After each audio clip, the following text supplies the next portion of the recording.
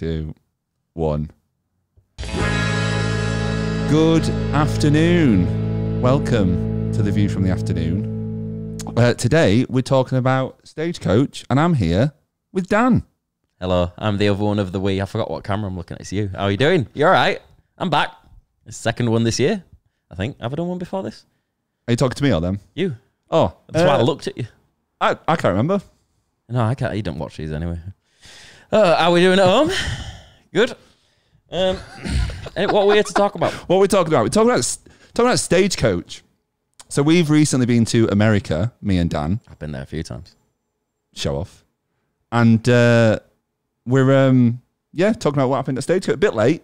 And you may notice there's only 2 of us. Yeah, we had that out of a group of 8 people who went in it. Do you want to see what my mic does? This is really good of our podcast setup that we've paid money for. Just for the benefit of the audio only listeners, Dan's got a really limp mic. I'm going to give you a little... By the way, Ben he's going to be the IC, 2IC. Are you going to be in charge? Or the are you IC? going to be second in command? What are you going to do? I don't know. I'm a bit... We're going to both be 2 ICs on this, second in command. We're going to double up the 2 IC instead of no command, fuck command. So we're the new podcast host. Ben will be taking over the main portion of it because he's really fucking smart. And I'm going to be doing all the stuff that needs this. So the best bits. Not this. I've got this as well. Got what? I've got this. You might. This is so... Can I just say... This is so annoying already. Mate, I told him. I fucking told him. So annoying. Look, you haven't even clicked it over. I told him, right? This clicker, I told you, Rob Kellis, it's shit, right? You might get used to using it, but it's still wank. What we need is a little person sat on that chair there going, camera 1, camera 2, camera 1, camera 2. Like Wayne's World. Watch this. Fuck it. It's like people in the Victorian times got used to the steam train, but cars are better. The Azuma. They might have got used to the steam train, but they didn't have a fucking microphone that they had to hold on a stand. Oh, do we change of position? You changed the position. So yeah, so a couple of weeks ago went to Stagecoach, had a pretty good time. It turns out I'm a country music fan now. I think maybe yeah. That's better. Country music's great. That's a great shot, that Dan. Thank you. It's sorry. For anybody who's at home, that's what our meaning's to get at, but telling you he's in charge. There's a few rules for the people at home. Yeah. If there's something they can't see, they have to go fuck themselves. Ah. They're not allowed to know. They have to come watch YouTube to find out. All those audio only listeners. Hey, don't worry about it. Audio. I'm tired. Bam Margera's favourite brand, that audio. I'm a tired boy. It's been a long day. Yes. Anyway, let's talk about Stagecoach. Let's talk about Stagecoach. So... what do you want to talk about first? Do you want to talk about, are we going as far back as the flight? The travelling? Well, this is the issue, isn't it? Like, we need other people from the other group because there was 2 groups for this. Thank you for clicking. There was 2 groups for this. There was the main squad who went out for Coachella. They were already out there. And then there was MB, Ben and myself all flying out for the second week, which was Stagecoach. So they were already there. They were already having a good time. But from the sounds of it, it sounds like it was very... We're doing a video, whether you like it or not. Regimented fun. Regimented time. So I don't feel like we missed too much. I don't know. I think we definitely brought the energy. Believe it or not, judging us now. I tell you what, the flight wasn't as bad as I thought. It was like 11 hours. Dan's just adjusting his mic. Oh, don't tell the people at home what they can't see. It's so limp. It's actually embarrassing, Dan. Look how limp it is. I just don't want it in me grid. Dan, everyone's looking at you. Sorry. Hang on. Oh my God. How do you know you can get those, like when you watch TV, you can get like the audio description. So Dan mounts the sofa and shows his ass to camera. We don't give any help to the audio listeners. It's a new regime, mate. Yeah. You were Nixon and I'm whoever came after Nixon. Some buster. Some buster, mate. Absolute broke ass buster. The flight over was good. It was nice to finally go to America with the boys, from my perspective. It's good to have you. I've only been with the fam. Your family's fucking boring. My family is boring. I don't know that. Do you know, I watched the video. I had a great time. Not that you can see it, because I think me and Dan were chatting before, which we shouldn't have done, because we need to monetize this. How dare we? yeah, I just had a really good time. Good. So I've seen some comments that like Ben's barely in this, or Ben added nothing to this video. I was like, do you know what? You're right. It's because Ben were off having a fucking great time. I had a great time. I saw some country acts that I've never even heard of, and Post Malone, and yeah, pretty good week all in. It was fantastic. Like, it's so if you know, I don't know if you know about it. I am acting like I can hear what you're saying now, but it's on a place. It's on the same place as Coachella. It's on a place. Indio Valley, thank you. It's on a place. Indio Valley Coachella. So it's the exact same grounds as the Coachella Festival. It's a week. Is it? No, it's 1 week. 1 week, after Coachella, the second week. And I just thought it was going to be the exact same vibe. I thought it was going to be Coachella just with country music, but it want like they want influencers around, just us knobheads. They want people thinking the fucking it when realistically you're just another knobhead like us. Like there was none of it. It was just normal, down to earth country people, and I call them country people because they're from a country and they like country music. Yeah, it's true. They it was. I tell you what, right? If you've not been to Coachella Valley, I have, because I have now. I've been a few times. It's not a competition. But if it was, I'd win. It's beautiful. It's genuinely, it's actually like so. First of all, the actual festival grounds themselves, beautiful to look at. They've done a really good job, and also massive, but not too massive. Like, and it meant like walking around Coachella, walking around Stagecoach, felt less of a issue than like walking around, say, like Leeds Fest. Yeah, like walking from Orange to the arena at Leeds Fest is such a pain. It downloads like that. Download for some reason. It just takes you decades to get anywhere. Everything feels miles away, and you get no real benefit because it's in a fucking muddy field in some random shithole in UK. Isn't it weird how nice weather can like? Well, it's nice weather, luscious green grass. Because it's on a polo pitch. Remember, it's not on just some random fucking field. I wanted to talk about that. The world's flattest grass. What?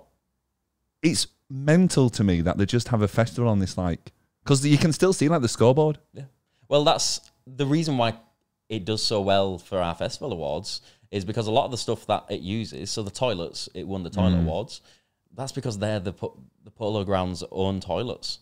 You know, they've got this permanent building there for their toilets. Same with the bars, same with a lot of the stuff there. Like, it's all just permanently there. We should talk about the toilet situation. So the toilets are excellent, right? They're very good. However, when the sun starts to set, it gets a bit darker.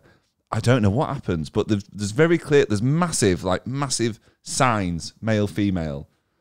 But by, I don't know, 7, 8, it's just all hell breaks loose. There's the way they've set it out is you've got like a row of portaloos like facing each other with the sinks and stuff in the middle and the bins. And it's just a sea of people. Like, I've never seen out like it. Weird. It's really weird. It is like the portaloos are the shittest ones.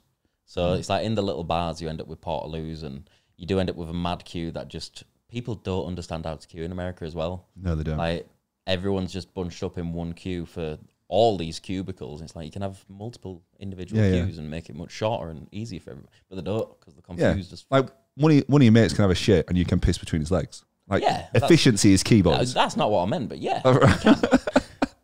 Should we? So I feel like we've started really negatively. Ah, fuck him. Fuck him. It's our podcast now. We do what we want. We're going to change it to the Ben and Danny podcast. The Banny. B&D. B&D. Hang on. Black Decker. Oh, shit. Hey, we'll workshop it. Can we workshop you using this mouse so I get some fucking... You've been on the most. Jesus, Ben. Yeah, right. That's what people are here for. Who? No, behind me. People? Sorry. Those people in that camera.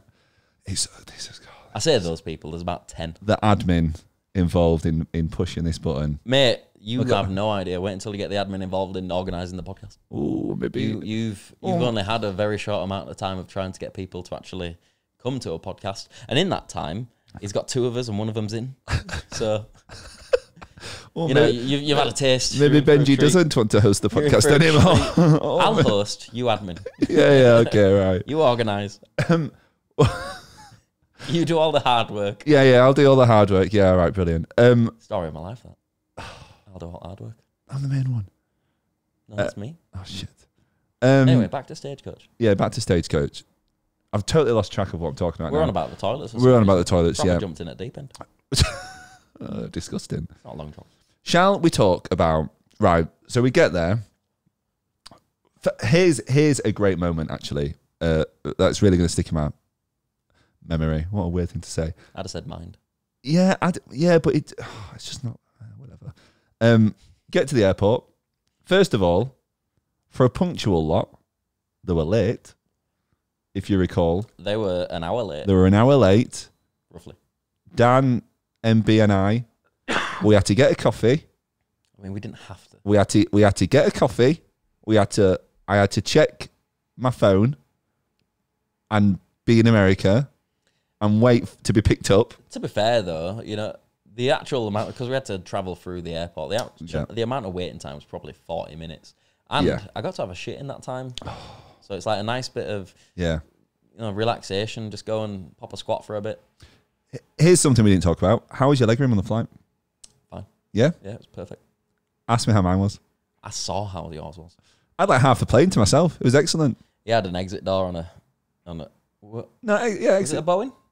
Yeah, Boeing 787-10. We were safe. It wasn't the 47. Was it? It's the 47s that are fucking up, isn't it? I think 787 as well, but later 87s. I don't know. Just don't fly Boeing. The shit. Yeah. Hey, if it's Boeing, I ain't going. Hey, I tell you what, and this is like people at home. I'm probably going to pronounce the plane name wrong as well. Oh, you can't. This is the first time in my life I've ever flown on an. I don't know if it's pronounced Embraer. Oh yeah. But it's like Umbro. You're thinking of Umbro. Shit. Yeah. Flew Donny the last track week. is yeah. But no, like first time I've ever flown on an Embraer, and for plane nerds out there, it's a nice little plane. It's got big old windows. It's comfortable. It was KLM, so you get there on seats. The doors stay on. The doors stay on.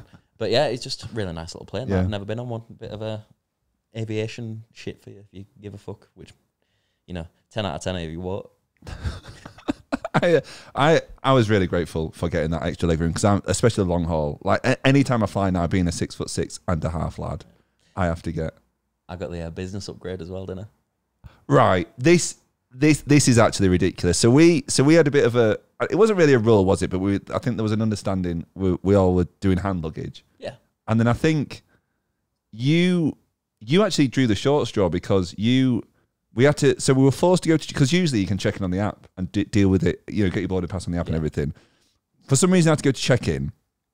And then you got picked out, because I think it was a bit of a grey area, because when I saw you, I was like, oh, he's got his, hand luggage and accessory. Yeah.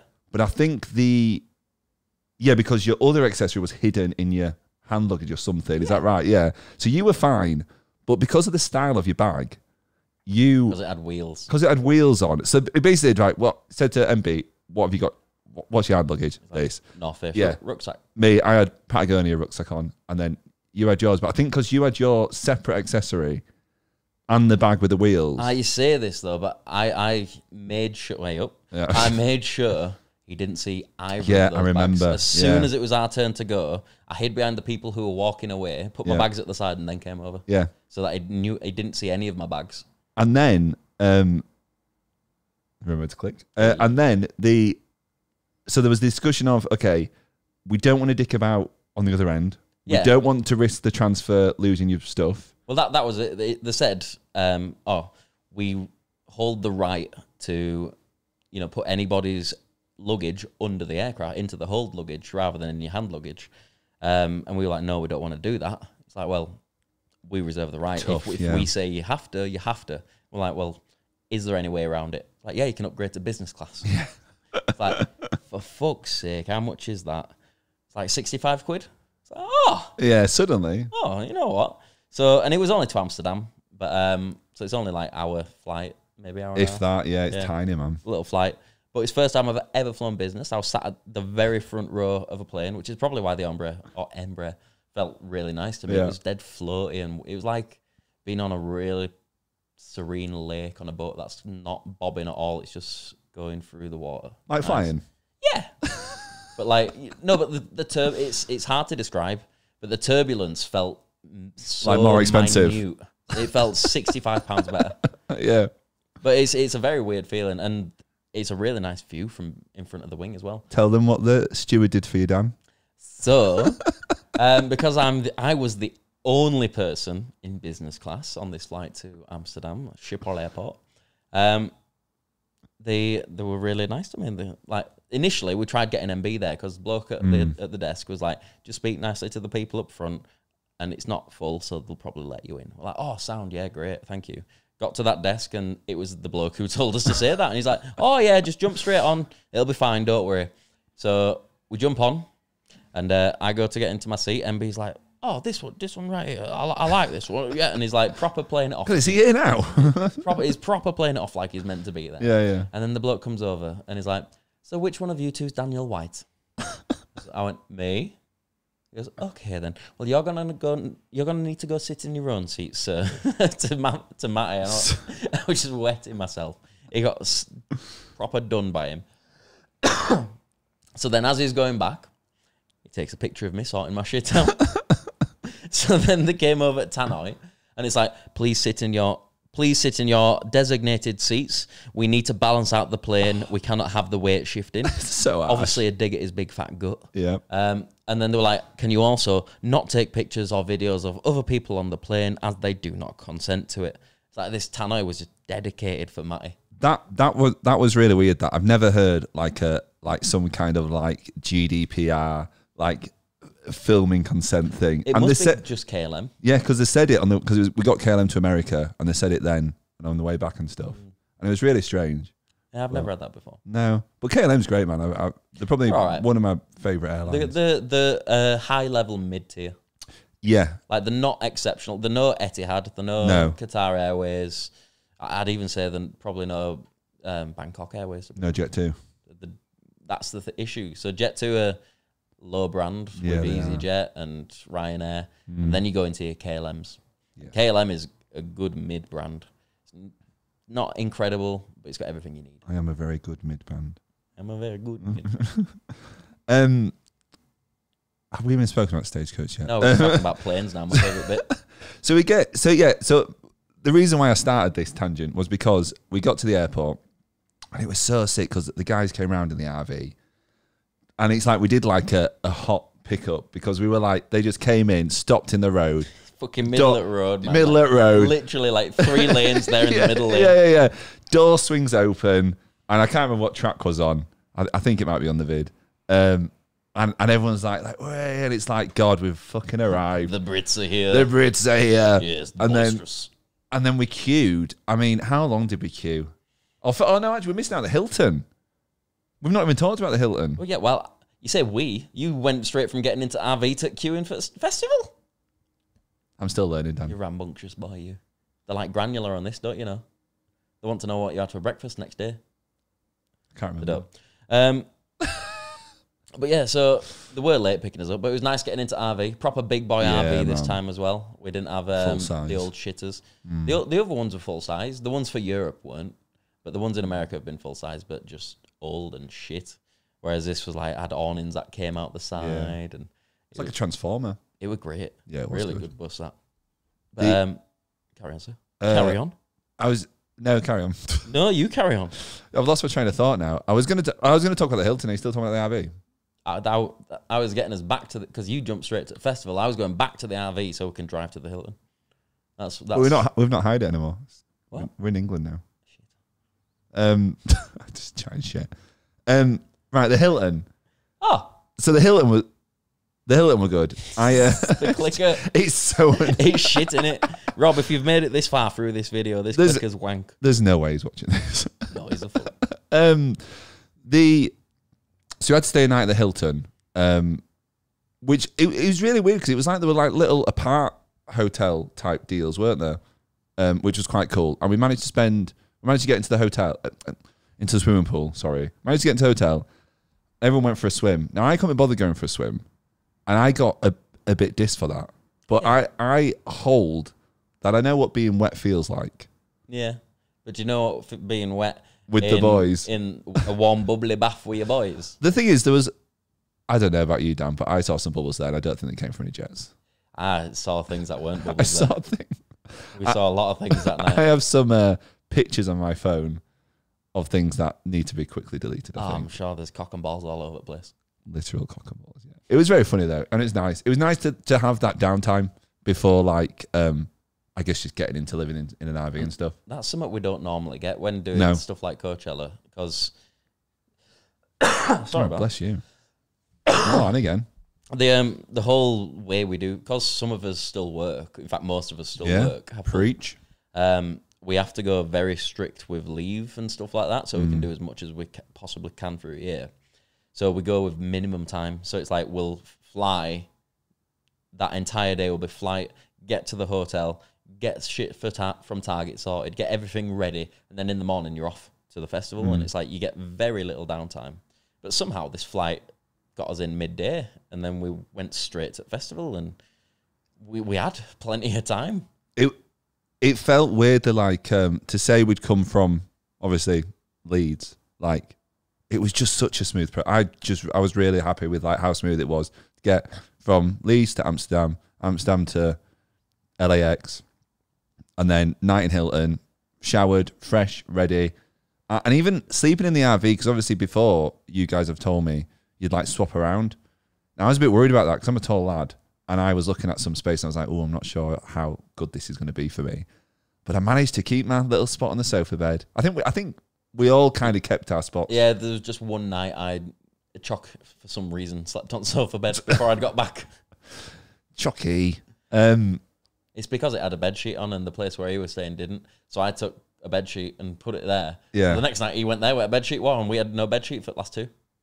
Well, the fucking bed sheet. Right, I got some shit for... I was going to say... go to Mary. Do you want to save it, or are we going to... before we're going in, bed sheet gate. Bed sheet gate, right? I come home, so we were told... We were told there's bed sheets for every single bed. In my mind, that means there is a bottom sheet for every single bed. Yeah. That is part of the bed sheets. So, apparently the stuff was wrong, but there was still 5 sheets. And then everyone had a duvet, or they did, and then we had our own blankets. So everyone had stuff for the top and stuff for the bottom. But somebody had 2 in the back room, I believe, because one of them came from somewhere. But yeah, all I wanted was a bottom sheet for the bed.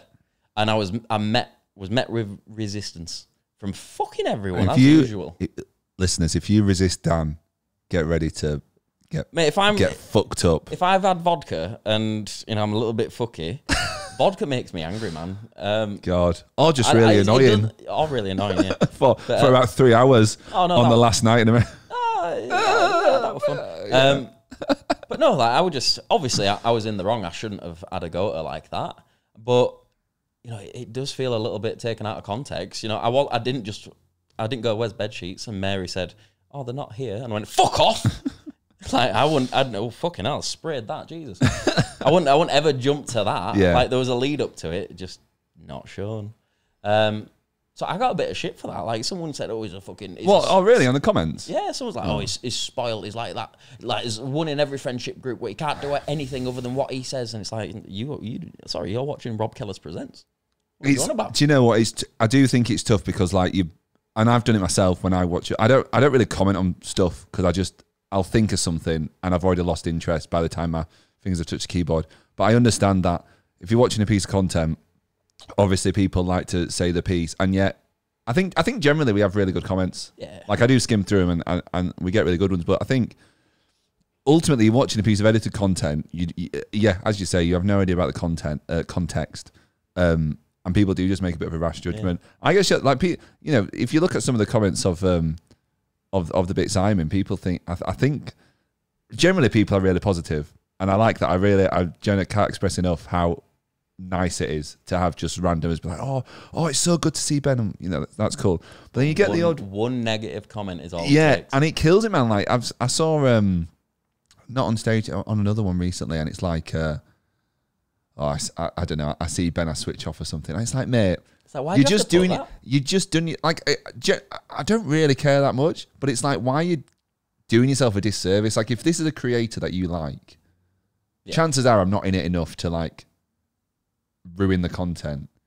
But you felt the need to put the comment, and I'm just like, what's that all about, man? Like, let's talk about that. It's so fucking. I just don't understand some people's mentality. Like why be so... Because some of them are really fucking negative and, like, they can really go harsh on some people who they think their opinion's right. And it's like, I get, you know, you might feel that way, but we don't feel that way. The person who commented above you might not feel that way. The person who commented above them might not feel that way.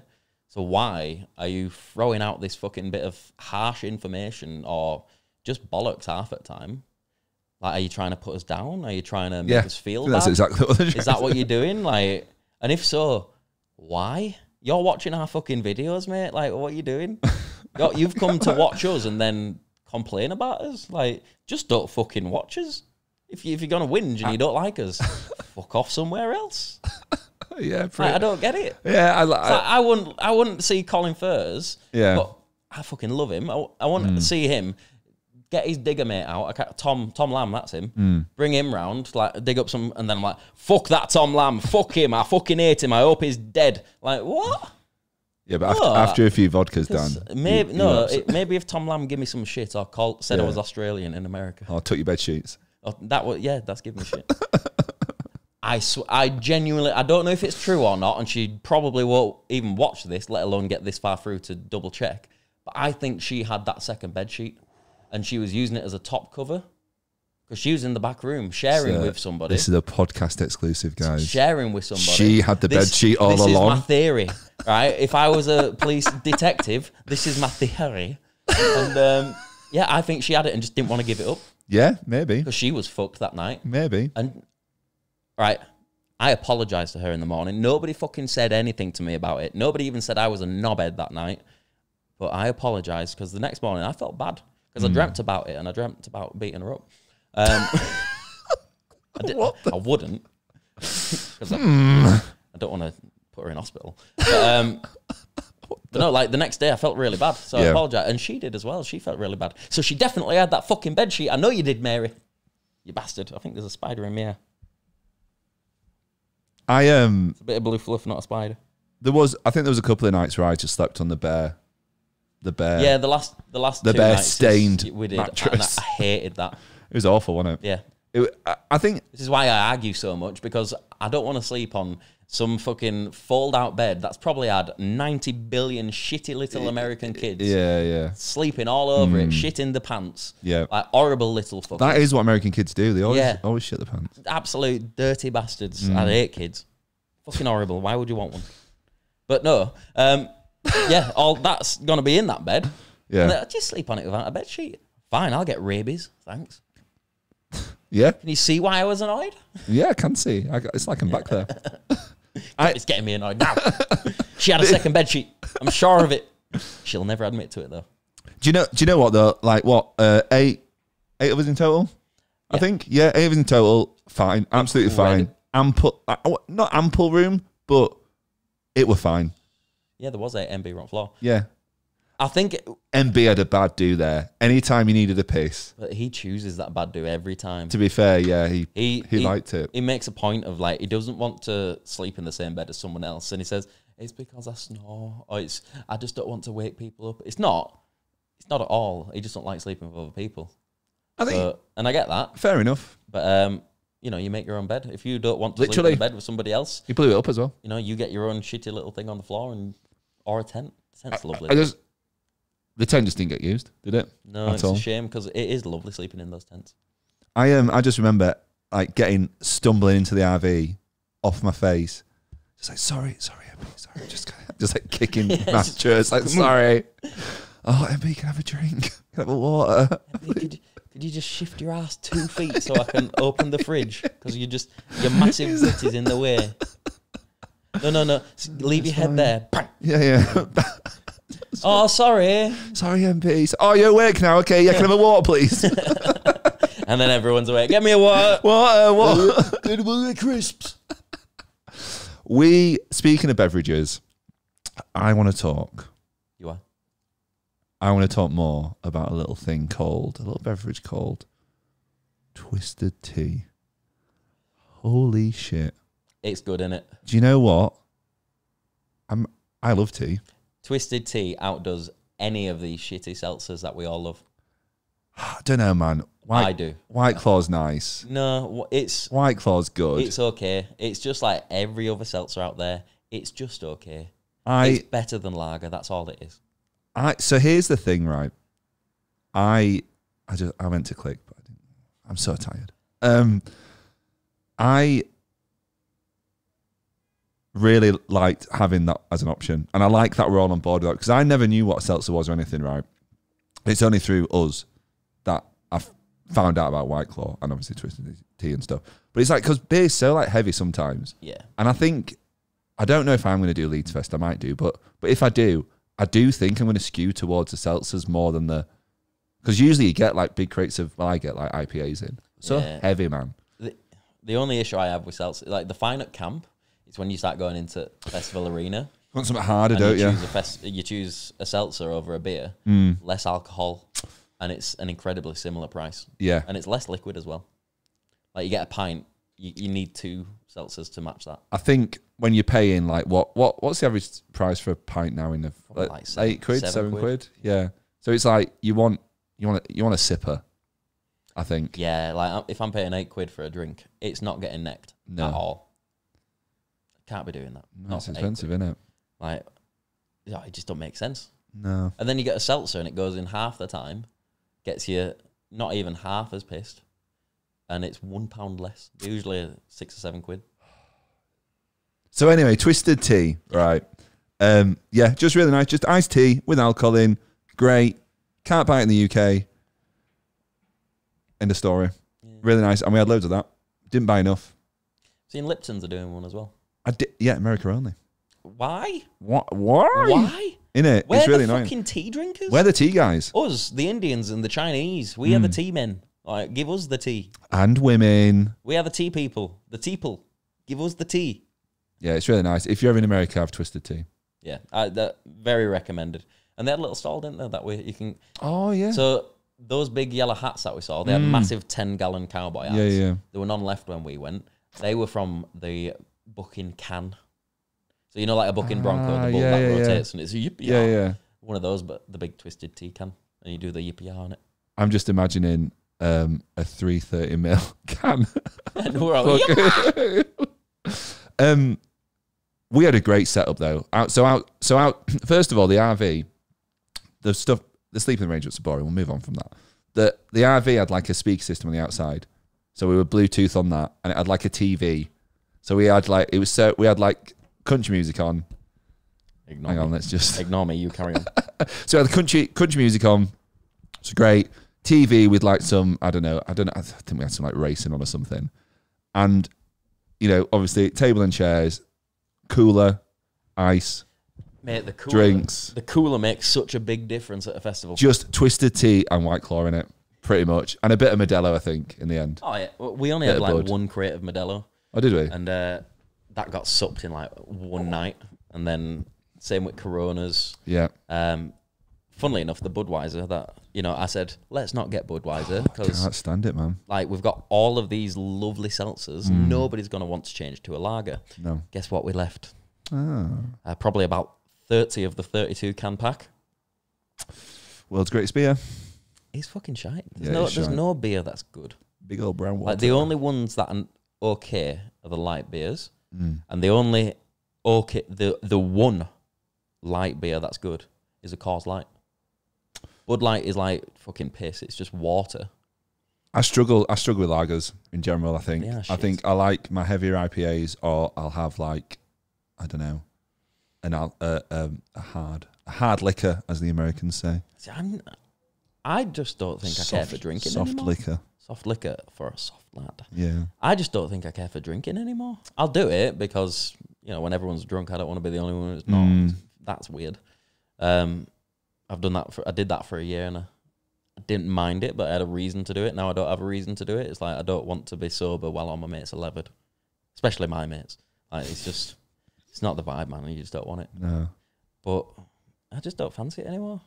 It's fair enough. I think I've changed because I've stupidly smoked far too much.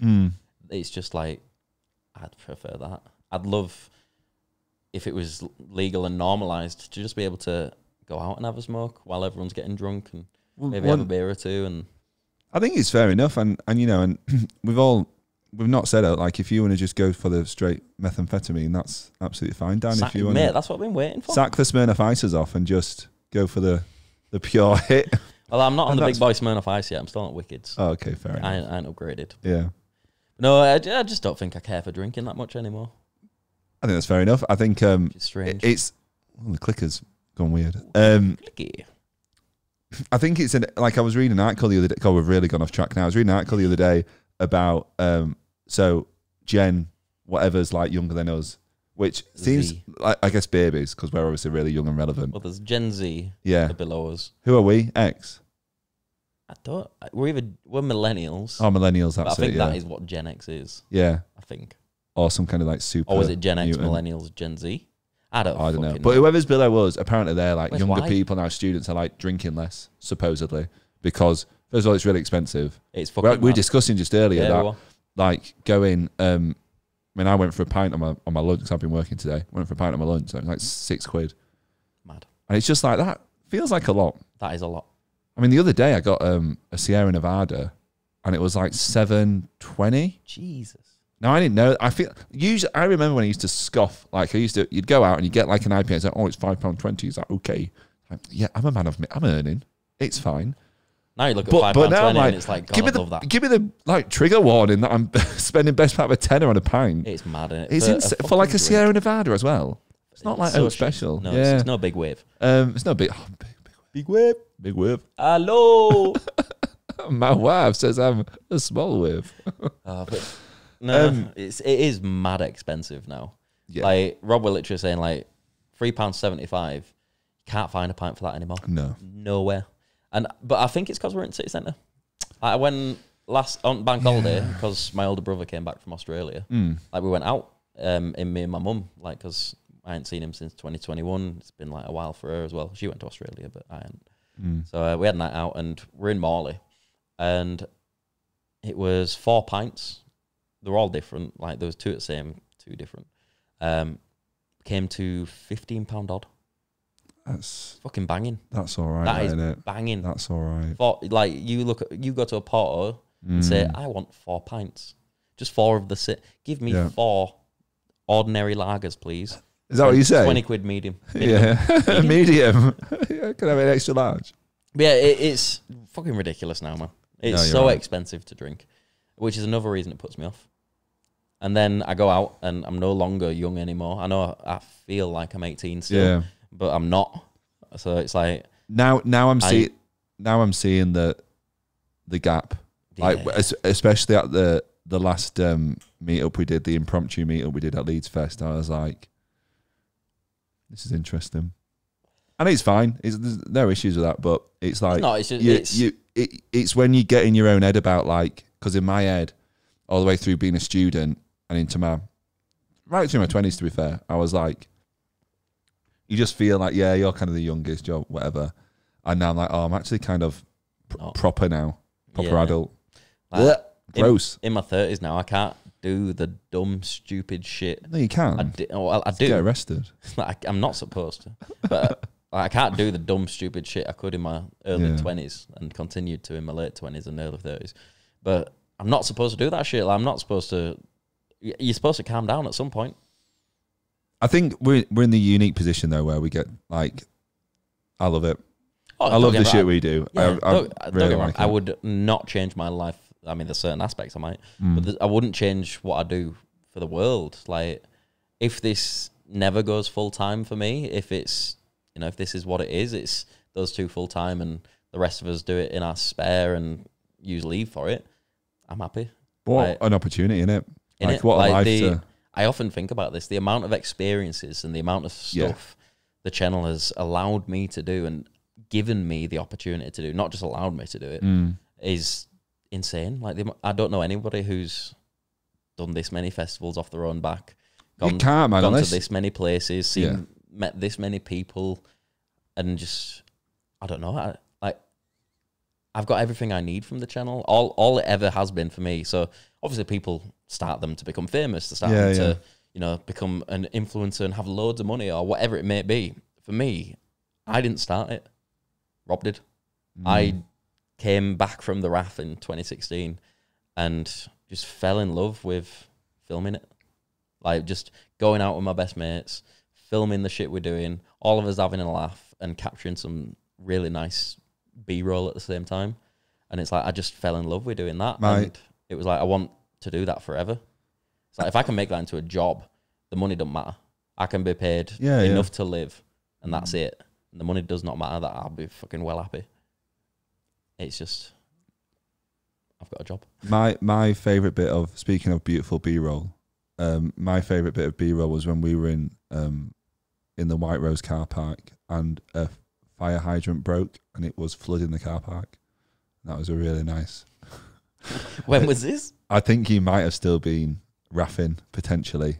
I always get mixed up as to when you were away and when I can't remember when you came back. Pre-2016. Oh, I can tell you, mate. I just know that car park was wet as fuck. I don't remember that, so it's probably RAF times. We've gone well far away. Do you want to talk about Stagecoach? Nah, not really. No, we've kind of moved on. Bored of it. So, right, let's talk about the festival itself. So we've talked about the RV, we've talked about getting there. The festival itself. So I want to talk about... It's not all about you. It's all about me, Dan. I want to talk about the music. So I got told, Ben, do you want to come to a music festival? No, I didn't get told that. I got told, you're coming to a country music festival. Like, cool. Googling country music, getting all the obvious, like, kind of stereotypical shit. Little did I know... None of them were at the festival. Great stuff. But also, there's actually some good shit. So, like, looking at, like, off the top of my head, Jelly Roll, Hardy. Mate, Hardy was great. Hardy was great. Nickelback. Even bloody Morgan, what's his chops? I don't really remember Nickelback. I was stood outside chatting to some lass and a mum. Just typical. What was your, like, favourite act? Or what you know, your broad spectrum? Lass and a mum. Yeah, brilliant. No. God. I did nothing with them, thank you. Definitely not the mum. The best act. I really enjoyed Wiz Khalifa, which I thought missed him. I never thought but you got Posty and Morgan Wallen. Good point. Which I'm annoyed I missed. Can't believe I missed that. But yeah, it was good, man. I've seen Posty fucking loads, not asked for Morgan Wallen. And let me tell you, that song, I'm going to hear it every day for the rest of the fucking year. Which song? I had some help. The new Posty and Morgan Wallen song. Oh, all right, yeah. But not heard it yet. Have you not? No. God, it's been on repeat constantly. It is fantastic. It is the summer song. It will be. It's like, it feels like everything about it is elated, and it makes you think about, like, doing shit with your mates. It's a proper summer banger. Sitting in a pickup truck with a bit of straw in your mouth. Exactly, man. Like, in your dungarees, like, you're probably pissed. Yeah. But what were we on about? Just like music. I think the thing I was trying to get across and discuss was that you hear country music festival and you get this, like, impression of what it is, and it couldn't be further from the truth. It could be further. It's probably closer to the truth because it is a country music festival. But there's just, so for example, there's a definite, like, vibe of, like, now you can hear when you listen to these artists that you wouldn't consider country, but actually you're like, oh no, I can see how they are country. But, like, people were saying that at the time were like Hardy. Now I could see, maybe I'm wrong on this, maybe you'll disagree, maybe other people will disagree.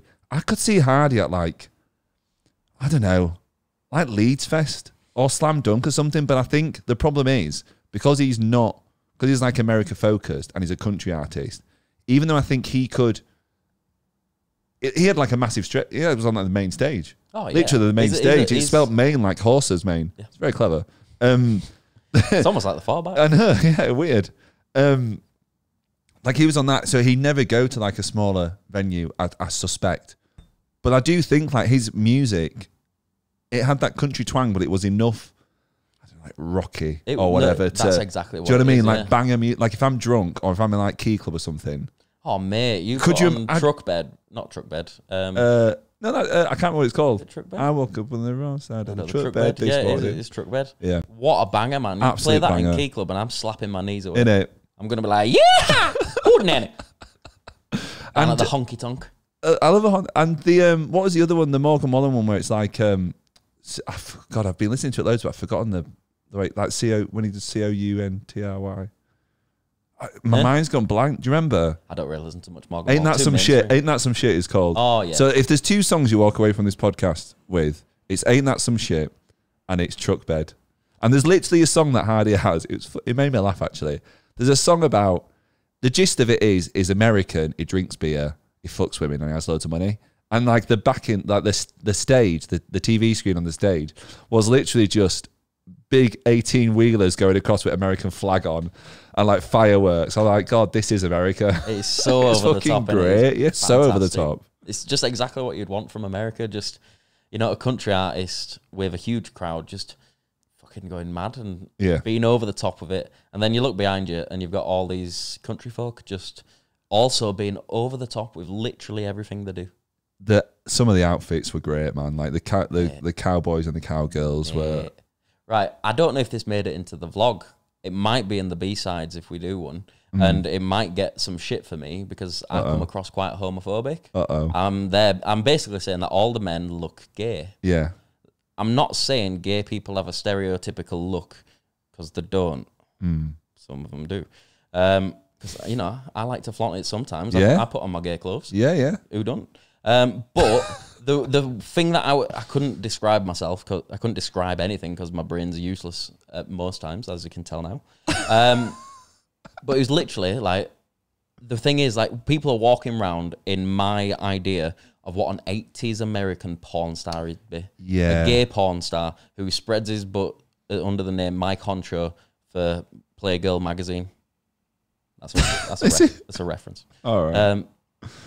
This really took a turn. It's what I imagine they all are, like skin tight, slightly flared jeans that really show off a good ass. And then you've got cowboy boots, no top, or a tiny little skimpy leather vest or a denim vest, and then a cowboy hat and a mustache, but clean shaven everywhere. And I mean, like, the full body is clean shaven, and then they oil them sent up. Yeah, and it's like, it's honestly, is it Burt Reynolds I'm thinking of? I think it is, from Mean Machine, the original Mean Machine. I'm thinking of Mean Girls. What? Burt Reynolds in that. I know. But honestly, it's just 80s gay porn star look. That's what they all looked like to me. And I hope it don't come across as homophobic, because that's not... Maybe that says more about you, Dan, that you're... Well, I've got internalized homophobia while I'm... No, you've got internalized... these men look sexy. Yeah. I mean, it is full... Yeah. It's happening in here. I'm looking at it. Oh, God, sexy. Like, I imagine, like, I could just imagine someone just, like, wearing, like, maybe, like, just wearing bog standard shorts and, like, a vest or something, but then your brain filters, like... It's all of a sudden, like, rainbow behind him and sparkling, like... suddenly much Daniel! Hey there, sailor. Hey there, sailor. It's a cowboy. It's a gay cowboy. Oh. Yeah, he's a cowboy. He's a cowboy. He's not talking to him then, is he? Oh, you're the sailor? Yeah. I see. Well, I'm not. I was an airman. Excuse me? It's all gone higgledy-honky-tonky. What do you expect when you're having a conversation with this? I quite like how we've just meandered through. Yeah. I think it makes for a good... It'd be interesting to know... It'd be interesting to see if people like this or not, because I listen to quite a lot of podcasts, and I quite like the ones where it's just... there's like a rough topic, but you just meander through. Yeah, I love hearing... It's the way I look at it, like Eddie Izzard. His comedy's great. Like, his comedy's fantastic. It's really good at what he does. But when he wanders off on a complete tangent aside from his comedy, and you can just tell his inner brain is just like going... Yeah. And it's like he's just coming up with all this mad shit. That's his best comedy. And it's I feel like it's that with a lot of stuff. So other podcasts. So one of mine is... What are they called? Fake Doctors, Real Friends. The guys from Scrubs. Zach Braff and Dijon Mustard. I can't remember his name. Dijon Mustard. His first name's something different. It is something, It's definitely something. I can't remember his first name now. But those two did a podcast about the Scrubs, and they'd watch one episode, and then they'd write notes about it, and then they'd make a podcast about it. And it's like, and they'd get a special guest on who was a guest who was on the show. So it'd be one of the other actors, or like a special guest who came on the show that week, or whatever it is. And really good podcast, because I really like Scrubs. But I liked it when they'd just wander off and they'd start talking about the background, and then all of a sudden they're talking about their day in America. It's like they're just going about just random shit, and it's like no longer caring about Scrubs. And it's great. I love that. I listen to something like that. So I listen to good click, by the way. Thank you. I listen to Three Bean Salad. I like. Pardon? Yeah, so they're called Three Bean Salad. They're just British comedians. They're really funny. And Ellis and John, who I get British comedians, really funny. And I just like it because there's like a bit of structure, but they're just obviously comedians, so they're funny inherently. And I don't know, it's just nice content. Shouldn't be saying this because now people won't listen to us. But I don't think they're gonna go get the TPD fix over at the nice content place. We bring a. Oh, fuck it. Have you? Yeah. Oh. Do you know what's annoying? Why clicked it to me for you to talk? I wish it would be like automatic, one button. Why didn't OBS have a thing where it's like you just as soon as this mic picks up the audio, it's like hello. Why is it not doing this? That'd be annoying to listen to if it was like hello. Welcome to TPD podcast. We have come to give you today's Stagecoach. How did you find the festival, Benjamin? I'm not even going to attempt that. Cause, do you know what's speaking of Stagecoach, because I think we're meant to. It's really frustrating because I'm really bad at accents. I just can't do them to the point where I just won't try. Sometimes when I'm drunk, that makes you look like a buster, though. No, I am. Like when it's like I just can't do them, so I'm not gonna give it. Like I am a buster, but not just you personally, but that makes anybody who's like I can't do it, so I'm not gonna try. Because it's just like when I came back for a rock band and you made me sing and I can't sing, and then everyone was like, oh, it's not good. I was like, yes, it's not good because I cannot sing, and I'm not gonna do it again. Yes, limp magged bitch. It's this fucking thing. This fucker keeps popping. Oh my god. Does it clip? Look how much of an engineer Dan is. Not you audio bastards though. No, you'll never hear him taking that off. Hey, speaking of engineering things, tell them about your headphones there. My headphones? Mm-hmm. In the hotel. Stagecoach. Oh! You know the thing we're supposed to talk about. Is this content? No, we'll talk. Who cares, man? We are the content. Basically.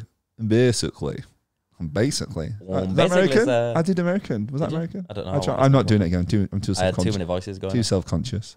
So I brought some headphones to America. Noise cancelling ones for the flight. They're excellent. But they're annoying because they're like audio guys aren't going to know what I'm doing. So fuck you. Fuck the audio guys. And the audio girls. The cat audio people. The ear protector muff thing. I don't know what you call it. It basically came off. And it's like, I was struggling for ages trying to get it back on because the material like folds into it. It means one of those.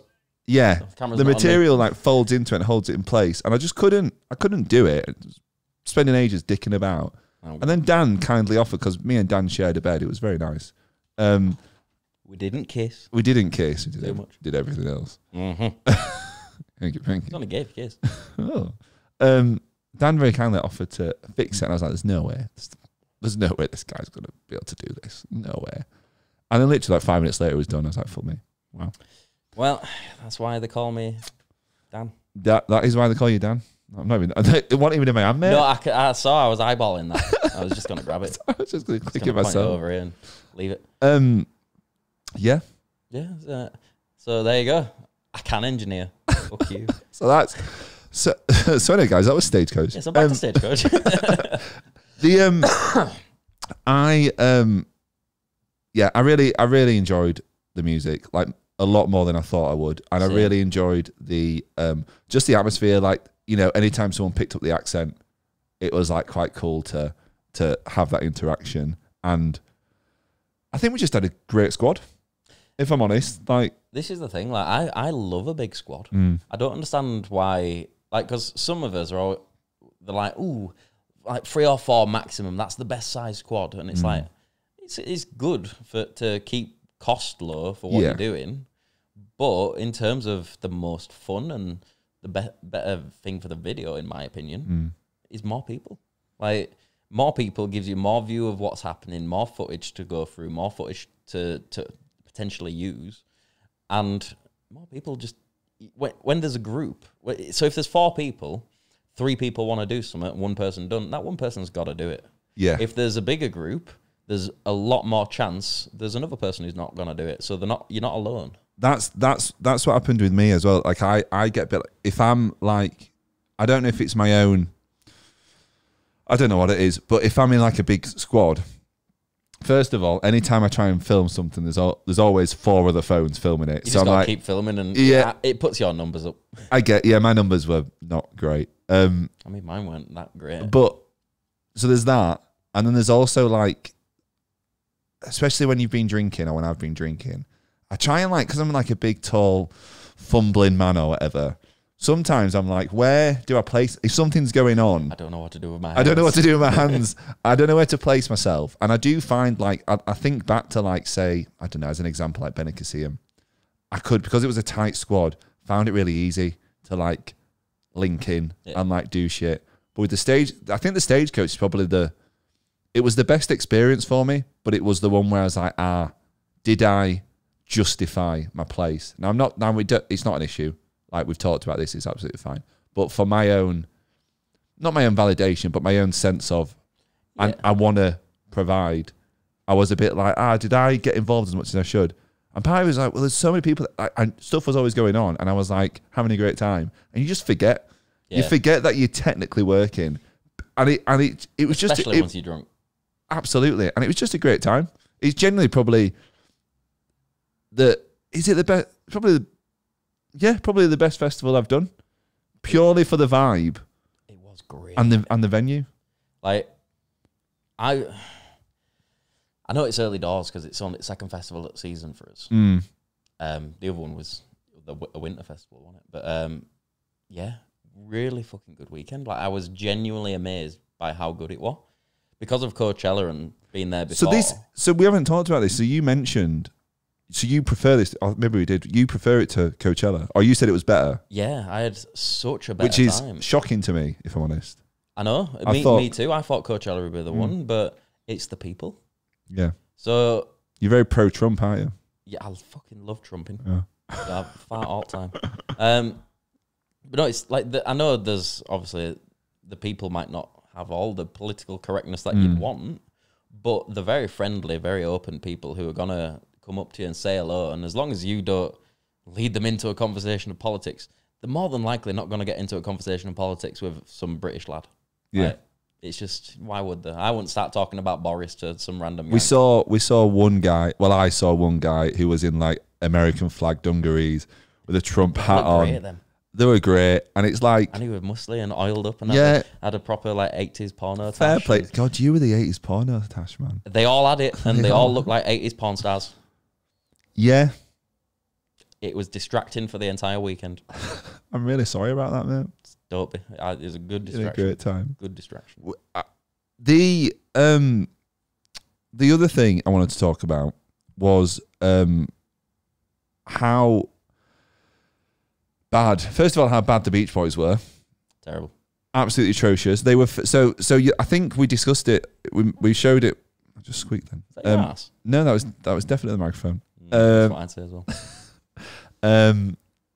Yeah, just really bad. They came on, they were feeding back like fake crowd noise, which was just weird and sounded really bad. And it just wasn't a good performance. And it's really, like, I know they're all obviously getting on a bit, but I feel like, and like, they were using these weird, like, low resolution JPEG styley images on the stage, on these massive screens that looked like they'd been done in like word art or some shit.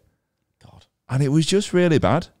The worst shit. Like, I think there was only one of the original band there as well. Oh. And it's like, not the good one. Nope. Like, just a random member band that I could not name for you. Rob probably could. But, yeah, just who gives a fuck about that? And then everything was just aimed at John Stamos. So John Stamos was the drummer. And I don't know who that is. You don't know John Stamos? No. He's a really famous actor from America. Not really famous, mate. I don't know him. But probably a bit before your time. Yeah. But, no, like, he was America's child. Like, really? He was a beautiful man who had just the world at his feet, and he was an actor, and he's just one of those. He is the American dream. Fair enough. But yeah, everything was aimed at him, so he was on drums, and it was like John Stamos on the drums, and it's like the camera would just be on him for an entire song, and then he'd change like John Stamos on guitar. It's like I came in to see fucking Beach Boys, and they were it was just shit. Not what you want from a legacy band, in my opinion. No. I think... And I get they're ancient. You know, they're from like the 60s, aren't they? Yeah. So that's literally 60 years ago. It was so. But just stop. If you're not good anymore, stop. Do you know what? Yeah, just stop. They had like this prelude, like intro thing going on. That was like a montage of like all the hits and all this stuff. I remember like all the they had like clips from like films and stuff, and like people referencing the Beach Boys and all this stuff. And it was so like hyped up, and it genuinely felt like I was just watching a recording. Yeah, like it wasn't like it was live, but it was like to what extent? It was like watching Leeds live on BBC. Yeah, like. It just wasn't that good. And I think, unfortunately, as well, the legend that is Willie Nelson, you know, again, he's got this heritage and this this respect and whatever, but just he were just falling asleep on that stage, man. I'm sure he's like in his 90s now. So yeah, like he's had such a good run. Yeah. And again, it's that thing of like, I get you want to keep going, and I get, you know, this is your passion, your art. It's like Ozzy Osbourne wants to do it until he dies. Probably is gonna. But at a certain point, like, people are gonna remember you for that, and that's not what I think. The almighty fucking Willie Nelson that you once was. Don't get me wrong, you still are the almighty Willie Nelson. But you're in your 90s. You can't really sing that much anymore. You can't hold your voice anymore. He was really struggling, wasn't he? A lot of it felt like it was spoken word. Yeah.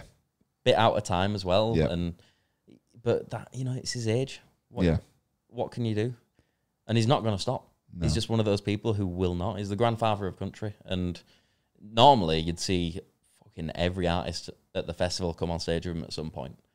But to see so few artists, and Jelly Roll be the biggest one. Jelly Roll was funny, man. So Jelly Roll, excellent performance, excellent set. He did a really great like melody mashup type dealio, which just came out of nowhere that I really enjoyed. But god damn it, man, he was making sure he was on. I swear to God, every other artist I saw, oh, Jelly Roll's here, Jelly Roll, oh, Jelly Roll, popping up out of the bushes, oh, Jelly Roll. I went to Jelly Roll with Guy Fieri. Yeah, I went to get a beer. Fucking Jelly Roll came out of my pint glass. Like, I was like, oh, Joe, what are you doing there? Like, but yeah, he was in us. Never heard of him before. See, he was really good. I think he's a fairly new artist. He was, because he was having one of those monologue moments that everyone likes. It was one about him coming up and stuff. And yeah, I'm sure he's like is someone who's recently risen, and it's a fast rise. And it's like he's come from a really bad, low, like a poverty-stricken background, and like he's had no, and then he's all of a sudden been thrust into this life of fame because he's put some out there all later on in life. Yeah. Sorry, I keep coughing. Oh.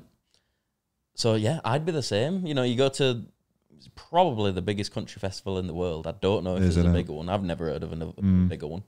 And all these artists that you've guaranteed listened to for most of your life are there. Some of them, some of the biggest artists in the world. Post Malone's there, Morgan Wallen's there, Willie Nelson's there, Wiz Khalifa. Like, there's all these fucking huge names. I'd be wanting to get out with all of them as well. Yeah. Like, it wouldn't be about making me known and making my presence there, so all their fans are going to go and look me up. It'd be like, nah, Willie Nelson's playing, and I've got the opportunity to play with Willie. Yeah. I've got the opportunity to play with... Like, I just want to play with everybody I could. There's this real sense as well of, like, again, this might just be pulled down my ass, I don't know, but it felt like there was this sense of, like, community as well. Like, everyone seemed to know each other. Everyone was, like, interacting on each other's, like, sets and stuff. Like, I mean... We'll come to Morgan Wallen in a minute because I've got something to say about him. Something to say. God, there's a lot of stuff. There's some like pneumatic glass disposal going on. It's but probably the glass disposers coming around with their pneumatic vans to dispose of all the glass. Well, do you know what? Yep, that's yeah. The I completely forgot. Yeah, there's a big sense of community, a big sense of all the artists like getting on each other and like artists featuring other artists. Like that was quite cool to see. Can you stop with the glasses, man? Who did Good Charlotte came out? Was it Good Charlotte? With Wiz Khalifa. What a mental! Like, there was no announcement from Wiz. It was just like played a song finished, and then just immediately started with Good Charlotte. Hey, I tell you what. Speaking of Good Charlotte, Chainsmokers are good, weren't they? Do you remember? Were they in Honky Tonk? They were in the Honky Tonk. They were great. That were, honestly, did not expect to hear that that style, that region of music. It was brilliant and so refreshing. The bass and the lights and the staging and stuff. I could feel my hair vibrating when that bass went. It was ridiculous. It was really good. This is one of the reasons why I feel it was so much better than Coachella, because you go to if Chainsmokers were playing at Coachella, they'd play their normal Chainsmokers set, which would be fine. But I don't know many of them, so I'd only be half in and half care. Because it was mixed with country and all this other stuff from the weekend. Like, there was little bits of other stuff. Every DJ did it. Diplo were doing it. Like, they all just threw Diplo, man. Incredible. Diplo were great. What a massive set of arms that lad's got as well. He must work out. Yeah, with his big 80s like he had basketballs on his arms. Mustache, and he was all oily and glittery, and he was all, mustache, and he had his cowboy hat on, and he did have a cowboy hat. Oh my god! And he plays the music that makes me feel lovely jubbly. Made my heart go to the beat of the drum. But anyway, no, all the DJs, the mix in, like the genre of the festival. You go to Coachella and it's like, I'm a DJ. You're here to listen to me because I am the DJ. It's like, is that what they do? It's because it's the influencer festival. They're so up themselves. It's like, you're here to hear what I want to play. Yeah. When it's like, nah, mate, you're at a festival. You play what you hear. Want to play. You're hearing what's her name, Grimes or whatever, doing complicated BPM matching or whatever she was doing. What a load of bollocks. And then honestly, I just can't do the math. I just can't do the math right don't now. Know how to use your equipment, literally. You dumb fuck. You normally press play. Anyway. I loved that mix. Yeah. Coachella you get none of that. It's just the DJ comes on and they're playing their normal DJ set because that's what they're known for. So you're gonna get to know them. Whereas Diplo was there. He's not trying to make a name for himself. No. He's there being like, I'm gonna give you a good fucking time. Chainsmokers, good fucking time. They were really good. Like everyone was just about giving the audience a good time. At the risk of sounding, I don't know if it's like stereotyping or I don't know, but it just felt like I was in like the core essence of like America. Yeah. Do you know what I mean? And I know I'm not like reducing America to like country and Western and cowboys and all, but what I'm saying is just as a tourist, as a visitor. Oh, what? A Tories? No, you're actually, a Tory? I'm absolutely not, mate. And you better take that back, young man.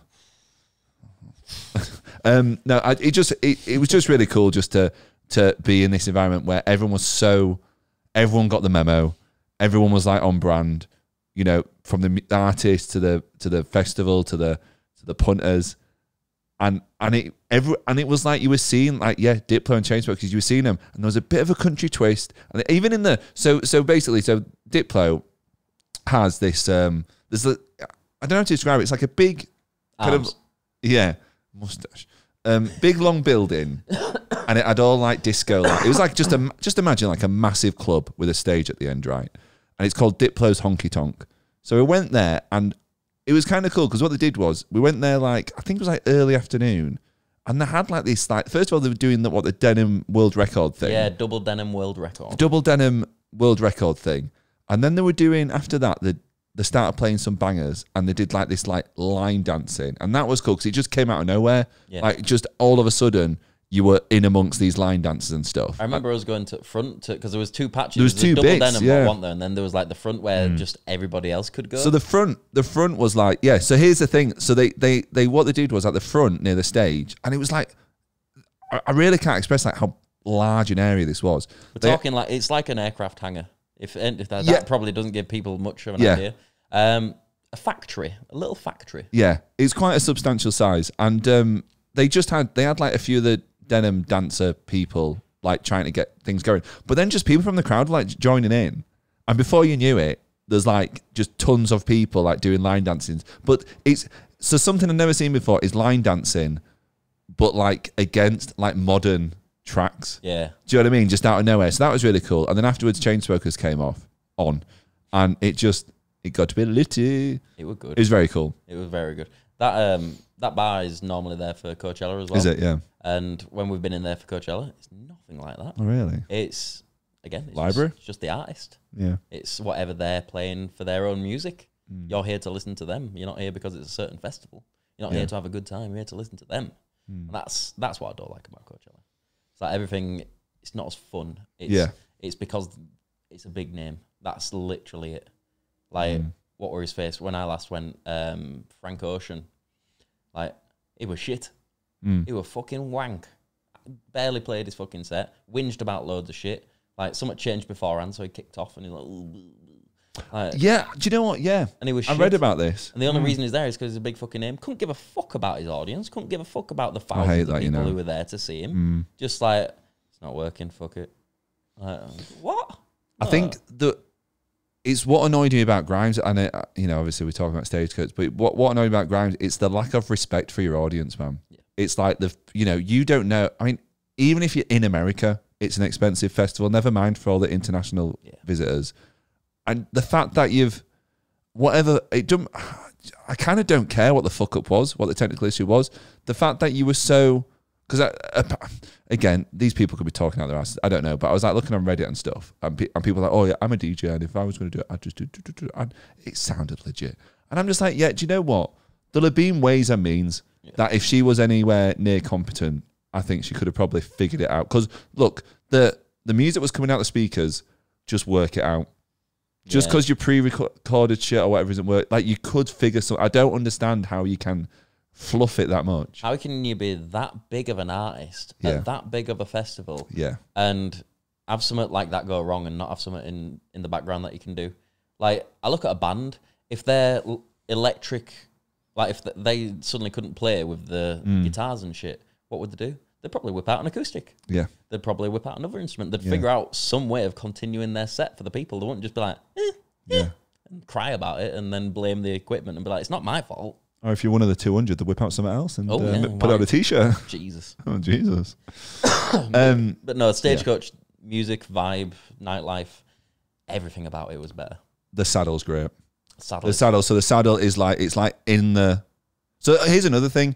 I don't think there was a camping area. I think it was all RVs, wasn't it? Is that right? Yeah. So that's another thing that was surprising to me. All RVs. And when I say RVs, like these setups... There might have been a camping area, but further away. But yeah, most of the money will come from RVs. The RV, you should have... So it's one thing to have, like, obviously an RV, like, area. But you could, like... So you get, like, a bay, right? So you plonk your RV in the bay. But if there's, like, a few of you, like, say, I don't know, some of them I saw, like, 6, 7 RVs. You could do it where you went, like, horizontal across your bays and made, like, a bit of a... Like a C shape almost, like a horseshoe. Like a horseshoe. On brand. I'm very on brand.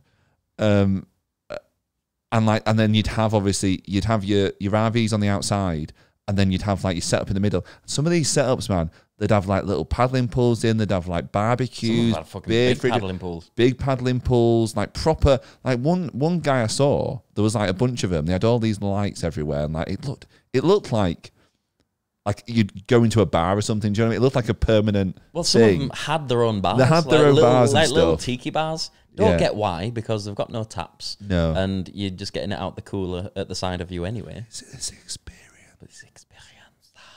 Yeah, it's very cool, man. So the setups there were incredible. Big boy setups. Yeah. And it's the kind of place where, and I feel like it's because it's not just LA. Coachella obviously is heavily LA. Because you're getting a lot of rural America, you get nicer people. A lot of the people are friendlier, so it's like, you know, they'll just chat to you, they'll say hello if you're walking past and they like something about you, they're like, hey man, how you doing? Like, do you want a drink? And it's I noticed that, yeah. Like, they're really friendly and welcoming. The terrible political correctness, but friendly. There was that everyone, so we had like obviously neighbours, let me think now. So the neighbours to the right, he was quite nice and chatty. Yeah. And then the guys behind us, they like, I think on the first day, they like waved and said, and it was just nice because you don't really, I think when you're at a UK festival, I don't know, like you do get a bit of it sometimes at UK, but generally people keep to themselves. I think it's not until later when you're drunk and you might, you know, but everyone's just so friendly and so nice. I mean, not to mention I'm going to mention it. We went to this on the way back. It's the first time I've ever experienced this. Went to like this truck station stop thing. We've been there every single year. So I've never done it before. We stopped for a shower, and they had this weird. I can't remember the name of it. They had this weird thing where every time someone entered or left, they'd be like, "Hey, welcome, hi, hey, sir." Yeah, they've got. And then every time you do, "Okay, thanks for coming," and it's like all the staff have to do it. So, yeah, so it's like the person behind the counter does it, but if there's someone stacking a shelf over other side of the thing, they'll just pop their head up and be like, no. Scared the shit. Like I walk up, hungover, tired. Like because what we'd done. See, talk about this later. You and me went out. I was hanging. We got up at like 7 or 6:30 or something straight, and then bless him, Raz got us going straight away. And I just in my own world, I'm just like, oh, hiya, sir. Oh, all right. And then we actually saw someone get told off as well. I don't know if you saw that. Yeah, for not saying. I think Rob told me, but it was like. Walked in and nobody said anything, so literally said, "Hey man, like gotta go over and sit." And the kid went over and said hello. As I was leaving, as we were leaving the store, I actually saw and they took him out back and shot him. As if? Yeah, so he's dead now. God, for not saying hello. Probably deserved. Yeah. Anyway, that'll be why my sandwich was so dry. Do you know what is annoying? What? The tip situation. I find that a bit frustrating because I understand the structure's different there where your server, I think it's something to do with they rely on tips for like living. It's not like us, you don't get your minimum wage or something, which I understand that for a server. And I'm seeing it here loads now in the UK. I'll go to the bar, I'll get a pint, card reader. First of all, great, love the card reader. Brilliant, great invention. What I don't like is having to press no thanks when it's saying, do you want to do 10%, 5%, 15%, 20%? What, for pouring me a pint? Well... And they had it in America, and it's just really annoying. We got told the first year at Coachella, because like we must have been whinging about it, stood there. And the staff behind said, don't ever tip on the machine. Because those machines don't go to that company. They go to the Coachella pot, and then that gets given out how much you say you've earned. Like that's, I believe that's how they do it. Right. So it's like, you don't ever tip that because that won't go to the person. If you want to tip somebody, give them cash. But when they're at a festival, they don't need tips. I just think like, I don't know, my view is I'm not against tipping. Like if I'm in a restaurant and you're giving me a good service, I'll tip you. If I'm in America, I know my mum was like, she explained to me the situation there. So she would just tip anyway. It's like, fine. Which I get. Like, I get that. When it's their culture, you have to follow. You do, because you don't want to be a knobhead. Yeah, exactly. And you do follow, but it is still fucked up. But when I'm like, when I'm buying a drink, when I've literally tipping for a drink. I've walked up to you, you've gone, what do you want? Lager, right. You've turned around, taken a pre-made lager off the table because there's some bloke in back making them all. Doing them all, and you've just turned back around and handed it to me. Yeah. Sorry, why are you getting 15% of this $16 drink? Do you know what I went to Bundo Bus today for a pint. Did you go with Rob? No, I went with work. I just saw you went today. I just went with work on my lunch. And so I brought my own lunch in because I'm a meal prepper. The Bundo? No, yeah, just Tupperware out. So I just went for a pint whilst the few of the others ate. But so I just went up to the bar in Bundo to get a pint. And what I quite liked was the bartender obviously knows the situation. So poured me the pint. Here you go. Card reader comes up with the tip stuff. Like, oh, not again. Just presses no thanks for me. Nice touch that. Yeah, I like that. I do like that. But it's also, I like that. So let me give you. Oh shit! I can't give you a tip now. You've ruined it. You're asking for it, mate. Like you're not getting a tip ever. But no, the tipping culture out there is mental. Like, it's weird. I don't get why people just. I understand the argument is like if we pay our staff higher wages, we then have to raise our prices, and then our raise prices, people will want to buy our stuff, and it's like that's not how it works. Though it's kind of weird because I feel like we've solved this problem. Well, have we solved it? I don't know. I think so. We've got minimum wage and stuff. And like I've worked in restaurants, but their minimum wage is terrible. It's just really bad. Lower than ours somehow. I used to love. I remember when I used to work in a restaurant, and God, Saturday nights, man, I'd be walking away with like obviously you get your wage, but I could make a good couple hundred or so in tips, which is just mental. That's why if ever, like I remember when my brother was looking at getting a first job, and I think just anyone looking to get a first job, I'd always recommend that because it's like. It's good for your people skills and you sort of charisma and stuff. But also, if you're good at your job, you can get a fair whack. Whereas a lot of, for better or worse, a lot of jobs you don't get tips. Oh yeah, I've never like bartenders. We used to split out with the bartenders quite a lot because they would probably they'd work really hard, but not really get a lot. Much, yeah. I've received a tip once, and I've immediately forgot when it was. Oh, I remembered again. It was 2006. And I was doing a paper round, and it was Christmas, and people like leave you little presents by the door, or they'll leave a note saying, "Can the paper boy knock?" And then they'll come in like, "Here's the £5." It's usually old people, because who reads the newspaper nowadays? Absolutely. They'd give you like a £5, or there was one in a home who gave me £20. I was like, "Fuck me." It's all right, isn't it? Like one Christmas, I came away with like 50 quid. That's pretty good. And a big chocolate bar and a bag of Werthers. Of course, Werthers. And but yeah, that's the last tip I ever received. After that, it was salaryman. Yeah, and just insults. Yeah, I received a lot of those. Usually from myself or my family. So anyway, Stagecoach Festival.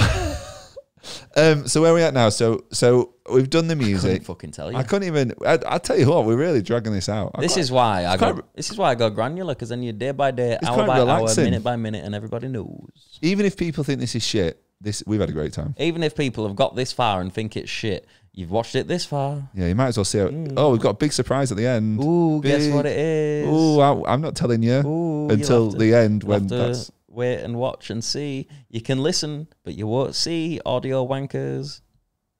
I'm being really mean to him today, and I shouldn't be. I'm really sorry, audio wankers. You're not that bad. Just watch YouTube instead, though, innit? Yeah, because look at this beautiful set we've got. I know, you get the sun setting in the background that you can barely see because of the white balance. Which, by the way, there's not really anything we can fucking do about that. Like, we've messed about with all the settings. He's still not clicked it over to me, even though I'm talking. There we go. I was genuinely. Can I tell you what happened there? I was genuinely just looking at myself on the screen. I was like, "You're talking. I can just think about right. How do I look while he's chatting away?" Because do you remember? Because before it used to be like I could be on camera because we had the split screen, and I could just be like, "Am I looking? Yeah, I'm looking fine. Okay." And I was just doing that, and I'm a bit tired as well, a bit zonked, And I was just like, yeah, Dan's talking. And then it's like, oh, better go to him. Yeah. Well, you got it now, mate. Say something then. Say something, I'm giving up on you. Jesus. Is that good enough for you? Yeah, that's absolutely fine, See, mate. I told you don't need to be able to sing. Yeah, fair point. Where did we leave the Stagecoach? So the music was good. Oh, Morgan Wallen. I want to talk about Morgan Wallen. I want to talk about finishing. And I want to talk about encores, right? Finishing? Yeah. So Morgan Wallen, first of all, I quite liked him.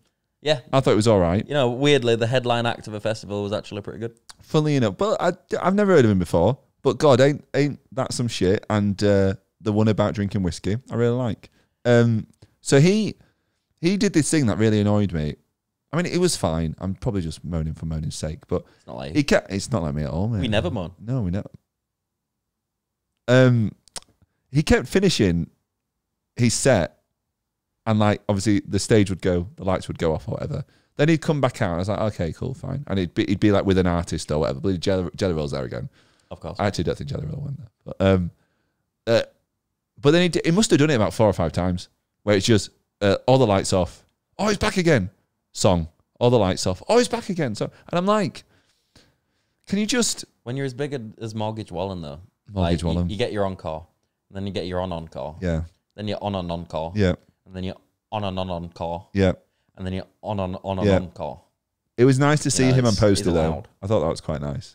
Posty's great, man. Cool as fuck. I was at the bar getting your drinks. You made the wrong choice. We at the bar? Yeah. That's annoying. We went,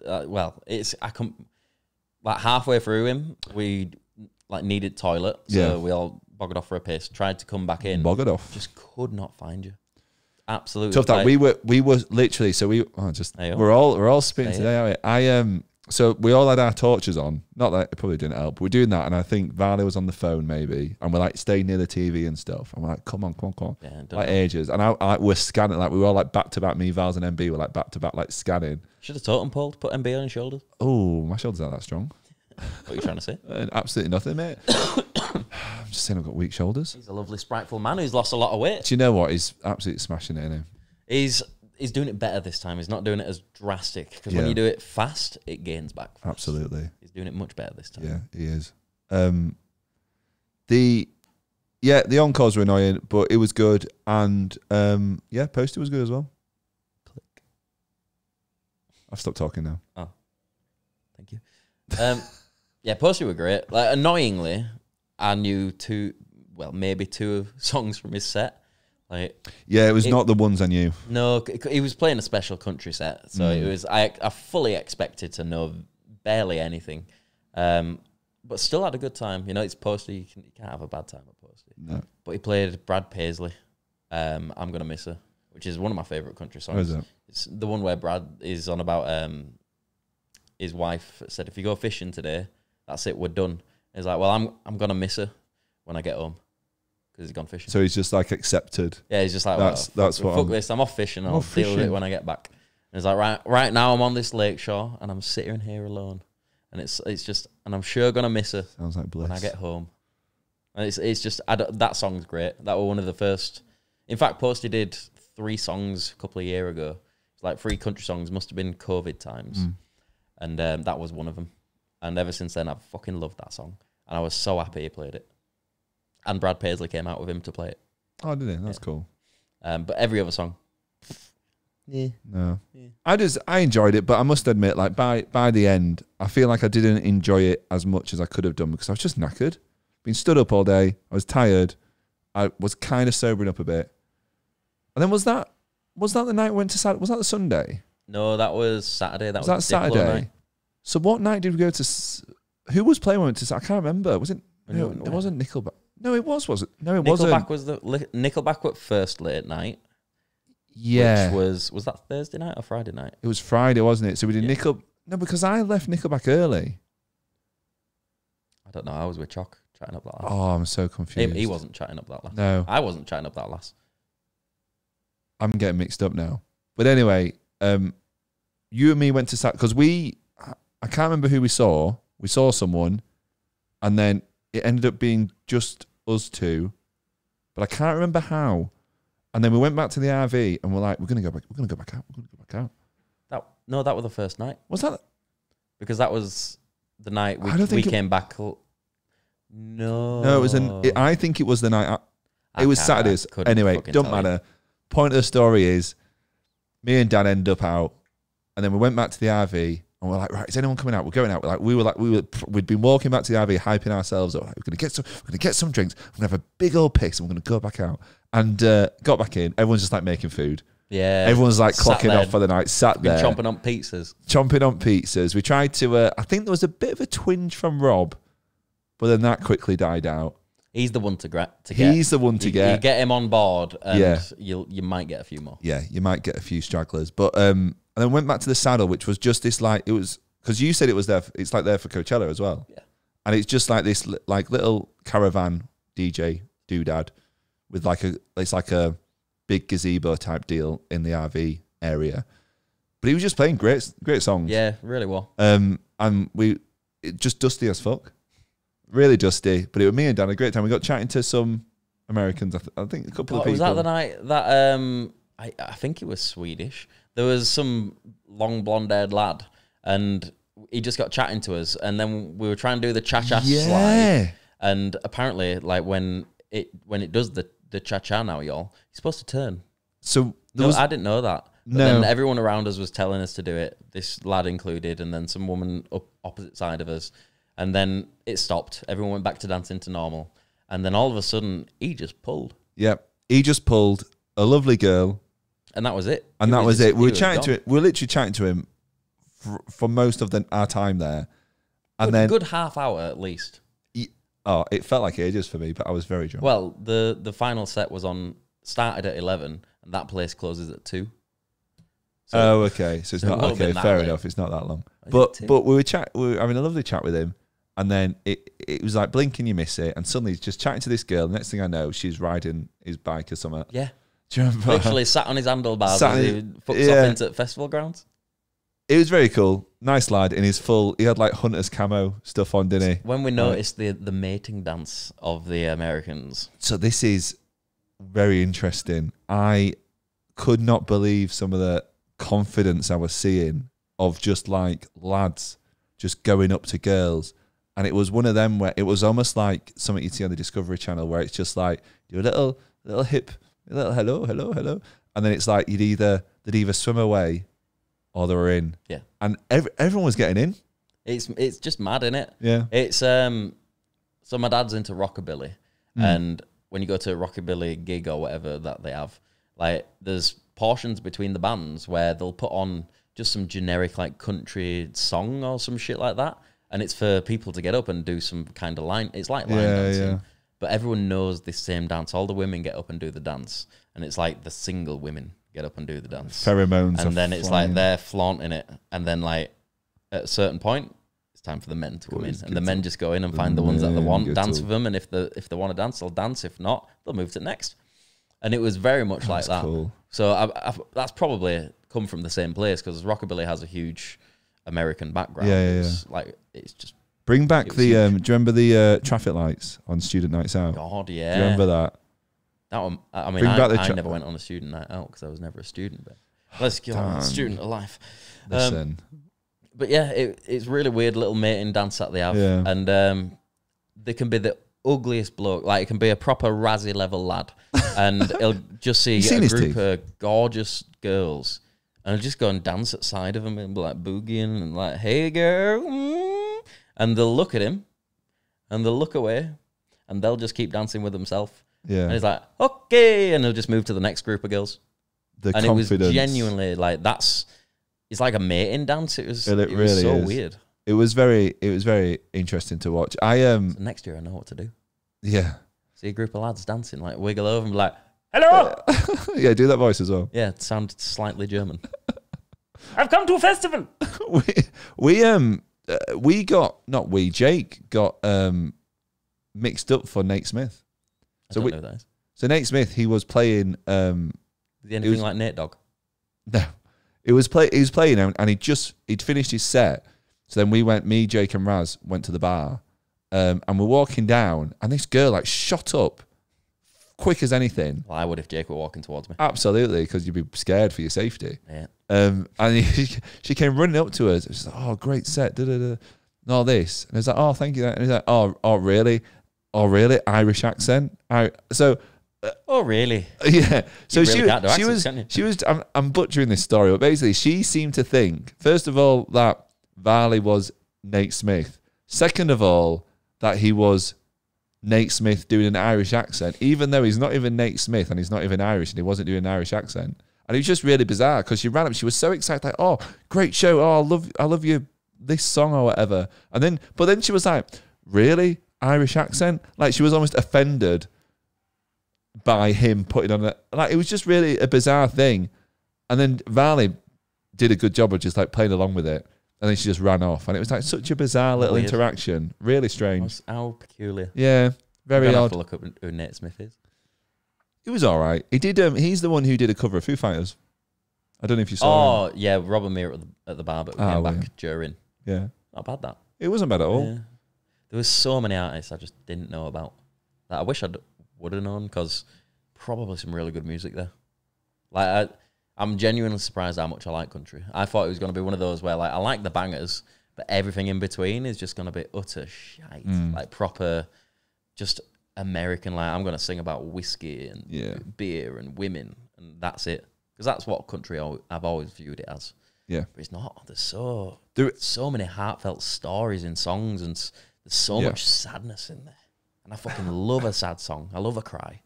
I had one at Stagecoach. Bloody hell. During fucking Beach Boys. Oh, did you? Yeah. Bloody hell. Reminded me of my dad. Oh. And it is what it is. But yeah, it just set me off because it was, I guess I was just fucking knackered. But it happens, doesn't it? Especially mate, like, if you don't have a cry at a festival. Have you been to a festival? Have you even been to a festival? I just my mind. I was thinking I need to say something and I've completely forgotten. That's really annoying. That is annoying. That is really annoying. What was I going to talk about? I won't worry about it though, because I ain't done it. Could you go? What? I'm all about the references tonight. That's really frustrating. What was I going to say? I don't know. We're going to have to talk about something You're on about else. Nate Smith. I was on about Nate Smith. And I was going to talk. Oh yeah, this is what I was going to say.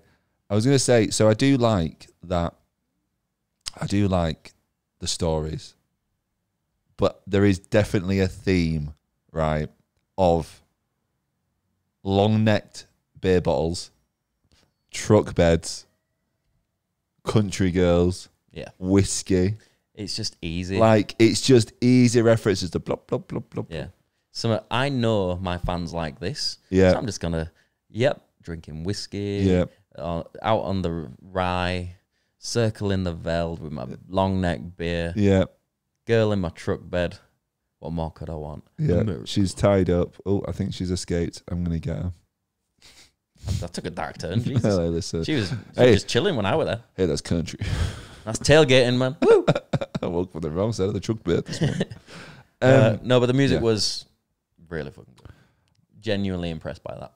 An artist I liked, clicky,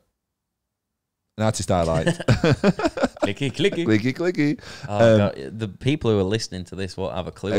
What's going on. And we're not going to tell you what's going on either. It's a secret. It's a visual secret. Stephen Wilson Jr. I quite like him, but quite disappointed because we only had unfortunately we only had time to see like his first like 2 or 3 songs, but they were just like not for me. Like, they were, first of all, one song was really long, and it was like mostly just him making mouth noises and doing long like riffs, and there was no like Can you pace. give us an example? I'm not. There was a bit where it was like, I can't even do it, man. But he just kept going, ooh, and it's like, ooh, and that's that pig thing. That's what I thought. That's literally what I thought. And I was like, this, like, I listened to, because I went on his Spotify. So I looked at the lineup and I going through, went on Spotify for him, and it was like, it gives you like the top 10 hits or whatever singles. So I was like, oh, this is quite good. And I read a bit about it, and it's like, oh yeah, I'm influenced by like indie music and like grunge. And I was like, oh, cool. This sounds quite interesting. So I listened to some bangers, and they're like 2 or 3. I like these. I'll see him at Stagecoach. And got there, and he's just doing that shit. And then we had to go, and it's just like, not very good. Not good for me. But then I found out he was playing at O2 Academy. Played at O2 Academy last week. Last night. Which would have been good. But Darius Rucko were playing it over a week as well, wasn't he? He's the wagon wheel guy. Wagon wheel, yeah. Yeah. Very good song, that. Yeah, it's a good song. Mental, like half of us just hadn't heard of it before that festival. Me included. The whole genre, man. I only know Bo Burnham's Pandering and like the memes of him. Yeah. But it's a legitimate thing to the point where I would probably go again. Oh, 100%. I would recommend it to anyone who can afford to and has the opportunity to. Try something new. Yeah. I mean, you're going to have to take an RV and just park in the RV with electricity. Nothing else is $1,700, which is extortionate for a parking spot and a bit of power. You don't get your poo sucked out of the RV. You don't get the water sucked out of the RV or topped up or anything. They charge you extra for that. What a fucking piss take that is. It's a real I don't know, like, it felt like a real not privileged festival. It felt like there's a lot of money swilling about. Yeah. You've got to, you've really got to buy into it. And festivals on those grounds usually are. Yeah. Like, you look at Power Trip, Coachella, like Stagecoach, they're all massive. They've got like huge ground, and they pander to the rich people because they're the ones who can afford the ridiculous cost of getting in. And then once you're in, all the ridiculous costs on top of that. It really had a different vibe compared to like, just because it's just, a Leeds festival, It's a really different atmosphere to just going to a field, chucking down your tent. It was so well, like, manicured. It was proper regimented. It was uniform is the best word for it. I don't know, man. I'm trying to... I remember we discussed it at the time, and we were like, this has worked out cheaper than we thought it would. Yeah, but even then, it's still not cheap. No. You'd have to put some money away. Yeah, it's not like you could just... Like, you can do... So they did Coachella on a budget, didn't they? And they got it down to like $1,000 each. Which isn't... It's not bad at all. For the experience. For the full experience, that's not bad. Yeah. But, you'd get free Leeds Fests for that money. Yeah. You'd get download Leeds. You could even have Glastonbury as well. do Glassstone download. You can get quite a bit more for your money. I wouldn't. I don't. Yeah, I think if it's going to cost you the festival the next year, I don't think I'd do it. Yeah. Like, I think you want to make sure you do something once a year. Unless it's a big dream of yours, like to go to Coachella and to go to that festival or Stagecoach or whatever's there. Like, unless it's a big dream that you've wanted to do for a very long time, don't. Like, there's more in Europe. There's more in the UK. Some of the They'll European pander to your stuff's needs great. a lot more as well. They'll be much cheaper, a bit easier to get to and from. It's just unfortunately it's not the big boy experience, is it? But you do get more out of it. You get a lot more of them for that one festival experience. If I was to do it like outside of this, it'd have to be big squad, minimum like 6 or 8, big squad. Yeah, we'd have to do it like we do. Pull together your funds. Yeah. And do it that way. Like, and it's also not the kind of thing you could just go with you and your partner, because then it's no longer, like, don't matter how much budgeting you do, like, it's no longer going to be $1,000 each. No, not all. Like, it's that. I imagine you're looking 15 to $2,000 each. I suppose what was good, like, we drank so much in the RV, and it was literally just having your own house. Like, it was great. And that is one of the big differences, like, being able to do that. When at a Stagecoach, you're not allowed RVs. You get a little van, so your fridge is tiny, and you have to have a cooler. Coachella? That's what I meant. Yeah. So you're not allowed as much of your own stuff there. Like, it's harder to take, and it's not going to stay as cool. You don't have a big old fridge and everything like that. So it's, you don't have as much to get drunk with. You have less to take in there. Yeah. And it's harder to get into Coachella with stuff because the security is a bit stronger because it's influencers and knobheads. Well, you went. So you got, exactly. That's why do you think security is so strong? Fighting me off. But it's just hard to get drinks into arena, so you do end up paying for those festival prices, and there, the prices are just mental. Like, I don't think you experienced a full round, did you? Do you know what? Yeah. So just for some context, the boys were saying before on the previous like Coachella visits and stuff, they'd get like full round. So what was that? 6 of you probably. So the first Coachella trip, there was 5 of us. Yeah. And around, bearing in mind I wasn't drinking. I was just having a water. A round came to, I think it was around $120. Yeah. And that was like just beers. If it was like a round of Red Bull, like vodka Red Bulls, you're talking like $160. Literally, the police are here because that's daylight robbery. Utterly ridiculous. Utterly ridiculous. I was, because I'm trying to be financially responsible these days. And I was like, I know how much I can, like, I know what my level of drinking needs to be. I can control my drinking, control my spend, do it that way. I then heard about these rounds, and we were working out like, it's going to be like 200 or 250, whatever. And I'm like, well, I'm not prepared for this. MB and me did say watch, and like we put that into the chat, seeing what you'd do, just to see your reaction to. Oh, did you? A round of £200. I did not know you did that. Nah, we were never going to pay for fucking rounds out of us. Yeah. Like £200 for one round. I don't have that. No, Rob and Val's definitely don't. So this is quite fun. So I'm just kind of processing. This is the first time because you basically put something in the chat like, it's to wind you up. Yeah. But this is what I'm saying. So you put something like, I've been saving up for ages or whatever, and then you're about these changes, and I was like, well, I've not been saving. I'm just going on like my normal monthly wage. My normal monthly wage. And it's at the end of the month as well. Yeah. So I was like, I'd already misjudged. Oh yeah, we made sure to wait until it's the month of, so you can't plan it ahead. Yeah. Like, that's funny, man. It's funny watching you wiggle. Is it wiggle? That's not the right. I think so. It's a bit weird, isn't it? Squirm. That's what I meant. Yeah. Just. I like watching you wiggle. Eager. I like you wiggle, you driggle. But yeah. So I wasn't looking forward to that, but it worked out all right. Yeah, it did. But yeah, even there, the prices were ridiculous. No, they were. Like, just. I don't get why people pay that much. I think it's a real struggle as well because I think it's a struggle. It's hard because part of you've got like a captive audience, but part of it's like, I guess it is expensive to like put this up. I don't know what the deal is with festivals now. I don't like what the profit margin is of a festival. Yeah, like how much comes from the punters and how much comes from the marketing. That's it. Like, especially with somewhere like that, I lean more on the Coachella side than Stagecoach. But somewhere like that, the marketing for that has to be mad. Like, people will want to pay fucking loads to just have their name anywhere in that festival. I wonder what the cut for the venue is as well, the Polo Club. Yeah. I wonder what they're taking. See, that's the thing, like, do they? Or is it an agreement? Like, what? Surely who fucking knows? I don't know, man, because you're using their like land, aren't you? Interview some people from industry and find out what goes on behind the scenes. That'd be a good idea. I wonder if that's something. That'd be really nice. I think that'd be a right idea. Put a pin in that. Hey, put a pin in that 2IC. What does that? What are you saying there? 2IC? Yeah, you got your IC and 2IC. What's IC? IC is in command. What's that? Is that a RAF thing? It's military.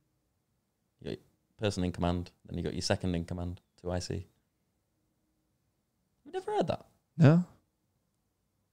What's mad is you've just like outed me on the podcast. I've not even agreed to it yet, and it's just on there. It's on now. Well, that's it. It's on, and we're an hour 40. Hour 40 fucking free. That's funny. God, there's only two of us as well. Do you know what? I've had a great time. It's been.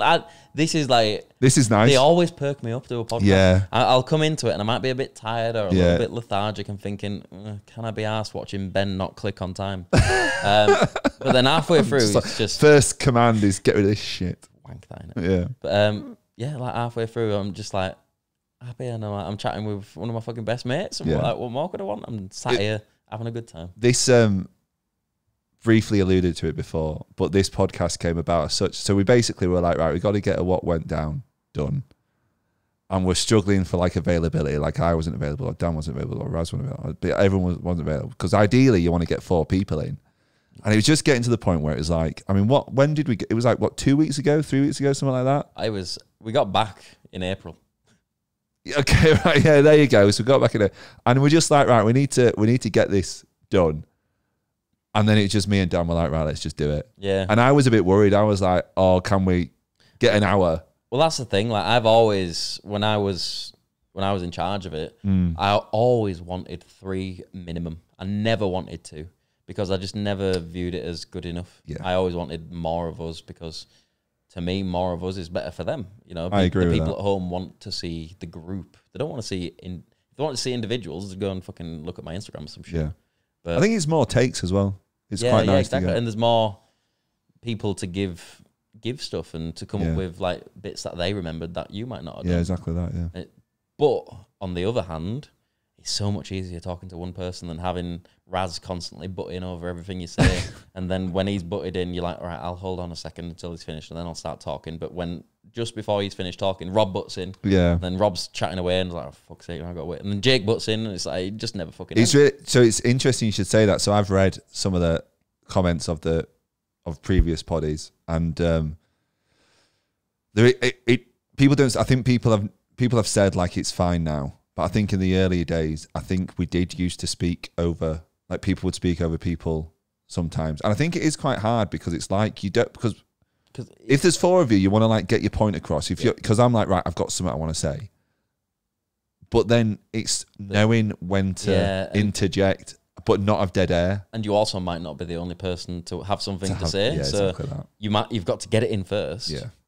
Otherwise, someone else might take over, and then if you're me, you're gonna fucking forget what you were gonna say. Yeah. But you'll want to bring it up, and you'll be like, "I've got so much to say." Wait a minute. Don't know where it is. I don't know where it's gone. And yeah, it's pain in the ass. But when it's 2, it's so much easier. It's not as bad as I was expecting. Or we'll let them be the judge. I was gonna say I'm gonna be really intrigued as to. Because we've chatted some shit. Absolute bollocks. I reckon for almost 2 hours. I reckon could have kept you awake for that amount of time. Maybe 50% of it was Stagecoach related. At a push. At a push. But I've had a nice time, Dan. There was more Coachella stuff than I think there's a lot of Coachella, a lot of Stagecoach, a lot of Jelly Roller. Just seen him outside. Just everywhere, man. Whoa. Shall we call it a day, Dan? I think there's one more story. Go on. It was a late night. It was everyone's settling down, going to bed. RVs shuffling. It's two young whippersnappers coming around the door on the last night. It's a tall boy and a hairy boy, and barge into the RV. Everyone's in bed already. So sorry, MP. Sorry, move your fucking head. I want a water. And 2 boys get into bed. Everyone starts having a little chat. We've woke them up. Start having a little chat. Little Benny boy. He's tired, bless him. He wants to go to sleep. So he rolls over, gets in fetal position, just to snooze off to the dulcet tones of his friends, just calmly chatting away. Until one of them, we're not going to say who, so one of them finds his American voice and really likes his American voice and keeps talking in his American voice. And he's talking about a fictional character, fully made up. Nobody's ever heard of this person, ever. This person was called Ben Phillip. Nobody's ever heard, he's not Ben Phillips. No. You know, he's not legally distinct Ben Phillip. It's 2 completely different people. Yeah. But he's just, this American, he was talking like, Rick and I done found out some stuff about Ben Phillips that night. And it was just talking like that. 45 minutes in, of me it's not. I thought it wasn't you. Sorry, of somebody. Probably Jelly Roll, bastard. Yeah, he's there again. Just somebody constantly. And I mean, there was no pauses. It was just like, yep, reckon Ben Phillip. Yep, reckon my name Ben Phillip. Yep. And it was that, one after another. Yeah. Constantly. Character assassination. 45 minutes until Ben turns round. So the rule, by the way, is don't bite. Yeah. And it'll eventually stop. That's the rule. That is what tends to happen. If someone takes piss at you and you immediately bite back, ooh, that's a point I can take the piss out of more, get more of a reaction. I did 45 minutes it took me to bite back. 45 minutes. For the record. It took 45. That's good going. That's good a going. lot of fucking constant me pointing out your flaws. Ben Phillip, not you. No. It's completely different. Legally people. distinct Ben Phillip. But yeah, the reaction was, shut the fuck up! Yeah, it was. So he bit. It was like, imagine Dan without any bed sheets. That's what it was like. Yeah. But yeah, so he bit at the 45-minute point. Yes, I did. Then he bit at the hour point. Yeah. And then he stopped biting because he knew the biting wasn't working after a constant hour. And so it just continued for another hour. I thought I'd changed tactics and I'd stop biting and I put my earbuds in and just went to sleep, and it was just constant. And I was like, so biting doesn't work. Not biting doesn't work. I'm not sure what my next move is. There was no move to make. I just went to sleep. There was nothing you could have done about that. And I just went to sleep to the whole squad, just character assassination. But then I think sometimes someone would feel bad. So Raz would get Raz, you have white teeth. And then, I reckon Ben Phillip. And then, all right. Okay. Yeah, I reckon Ryan Phillips goddamn turkey teeth. I reckon they don't order from Ben Phillip. It was, anyway. It was, to be on the non-receiving side, it was so much fun. Annoying, it was incredible amounts of fun. 2 hours of just the boys just absolutely wetting themselves. But if you're on the receiving side of it, probably not so fun.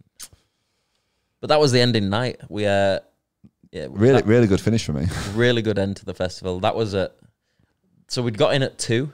Yes. And that's when we'd started. Yep. And we were up at 7. And that's when we went home. 7 a.m. in the morning. Nice long 26-hour journey home. Thanks to a 4-hour layover in Amsterdam. Oh, that was annoying, wasn't it? It was fucking off. I'd much rather had a 4-hour train ride. Excuse me? I'd much rather had a 4-hour train ride from London up to Leeds than have that 4-hour layover in Amsterdam just to land at Leeds Bradford. I think I'd do it again, though. We were talking about this earlier. The flight out, 100%, made it so much easier. The flight back, I'd come back through London. Purely because... Do you think? Yeah, just as long... Well, I'd do it again. To avoid the layover? Without the layover. If we could avoid the layover, yeah. If there's a layover longer than that train journey, give me the fucking train journey. I don't know, because I think your comfort on a plane... Well, I guess it's the layover is the issue. I hear what you're saying, but I think trains just aren't... For long distances, trains... I took the train to Aberdeen from here. Yeah, but that's in the wrong fucking direction. That's up to Scotland where everything slows down. Oh, right, about okay, London, yeah. like it's fast paced. Like London to Leeds, King's Cross to Leeds, 2 hours now. Ah, to be fair, Getting good that point. LNER Azuma. Azuma's nice. It is good. But yeah, like I'd take that over the fucking layover. I love flying. I'd happily. You do love flying too much. Love some planes. people say Planes are cool. Yeah, they are the forefront of engineering. Fuck rockets. Fuck NASA. But no, yeah, the journey back, it was just 26 hours, and it just absolutely wiped me out. Yeah, like that's one of the longest travel days I've had. I've had a bit longer, but I really struggle like sleeping. So on the way out, I must have got like 20 minutes. So here's something I didn't say. So on the way out, I was sat. There was like three of us in our little section, and the guy in the middle, I don't know what he was on, but literally got in, sat down, put his stuff away, put his like hoodie like on his head, so he was just in this cover of darkness. I didn't see him for the rest of the flight. He was just not gonna if he's under hoodie. Well, yeah, I don't know what he was doing under there. Was it but he was just hoodie? Like, you what? Camouflage hoodie. What do you mean? Was it a camouflage No. hoodie? Why? Well, you couldn't see him under there. Yeah, okay. Jeez. But if it was you a camouflage, yeah, I'm tired. If it was a camouflage hoodie, would I be able to see him Sunset anywhere? Oh yeah, yeah, nice. But on the way back, I slept really well. See, I was the opposite. The way out, I got a good 4 hours of the fucking like 12-hour journey. But the way back, awful. Really? I really struggle sleeping in a seated position. Like my body gets really twitchy, and on the way back, like I just got full body twitches. Anytime I started nodding off, the moment it was like that nodding dog were going, full body twitch, like a proper jolt like that, and I'd bang my head on window. What was that window doing on plane? Don't know. But yeah, it was just the entire flight. Yeah. And then when we got to Amsterdam, that 4-hour layover, found a nice bench, little padded bench to lay on, doing the exact fucking same.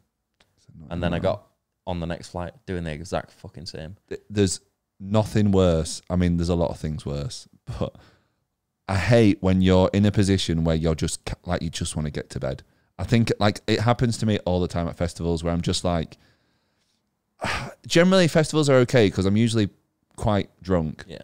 And I'll sleep anywhere, whatever, fine.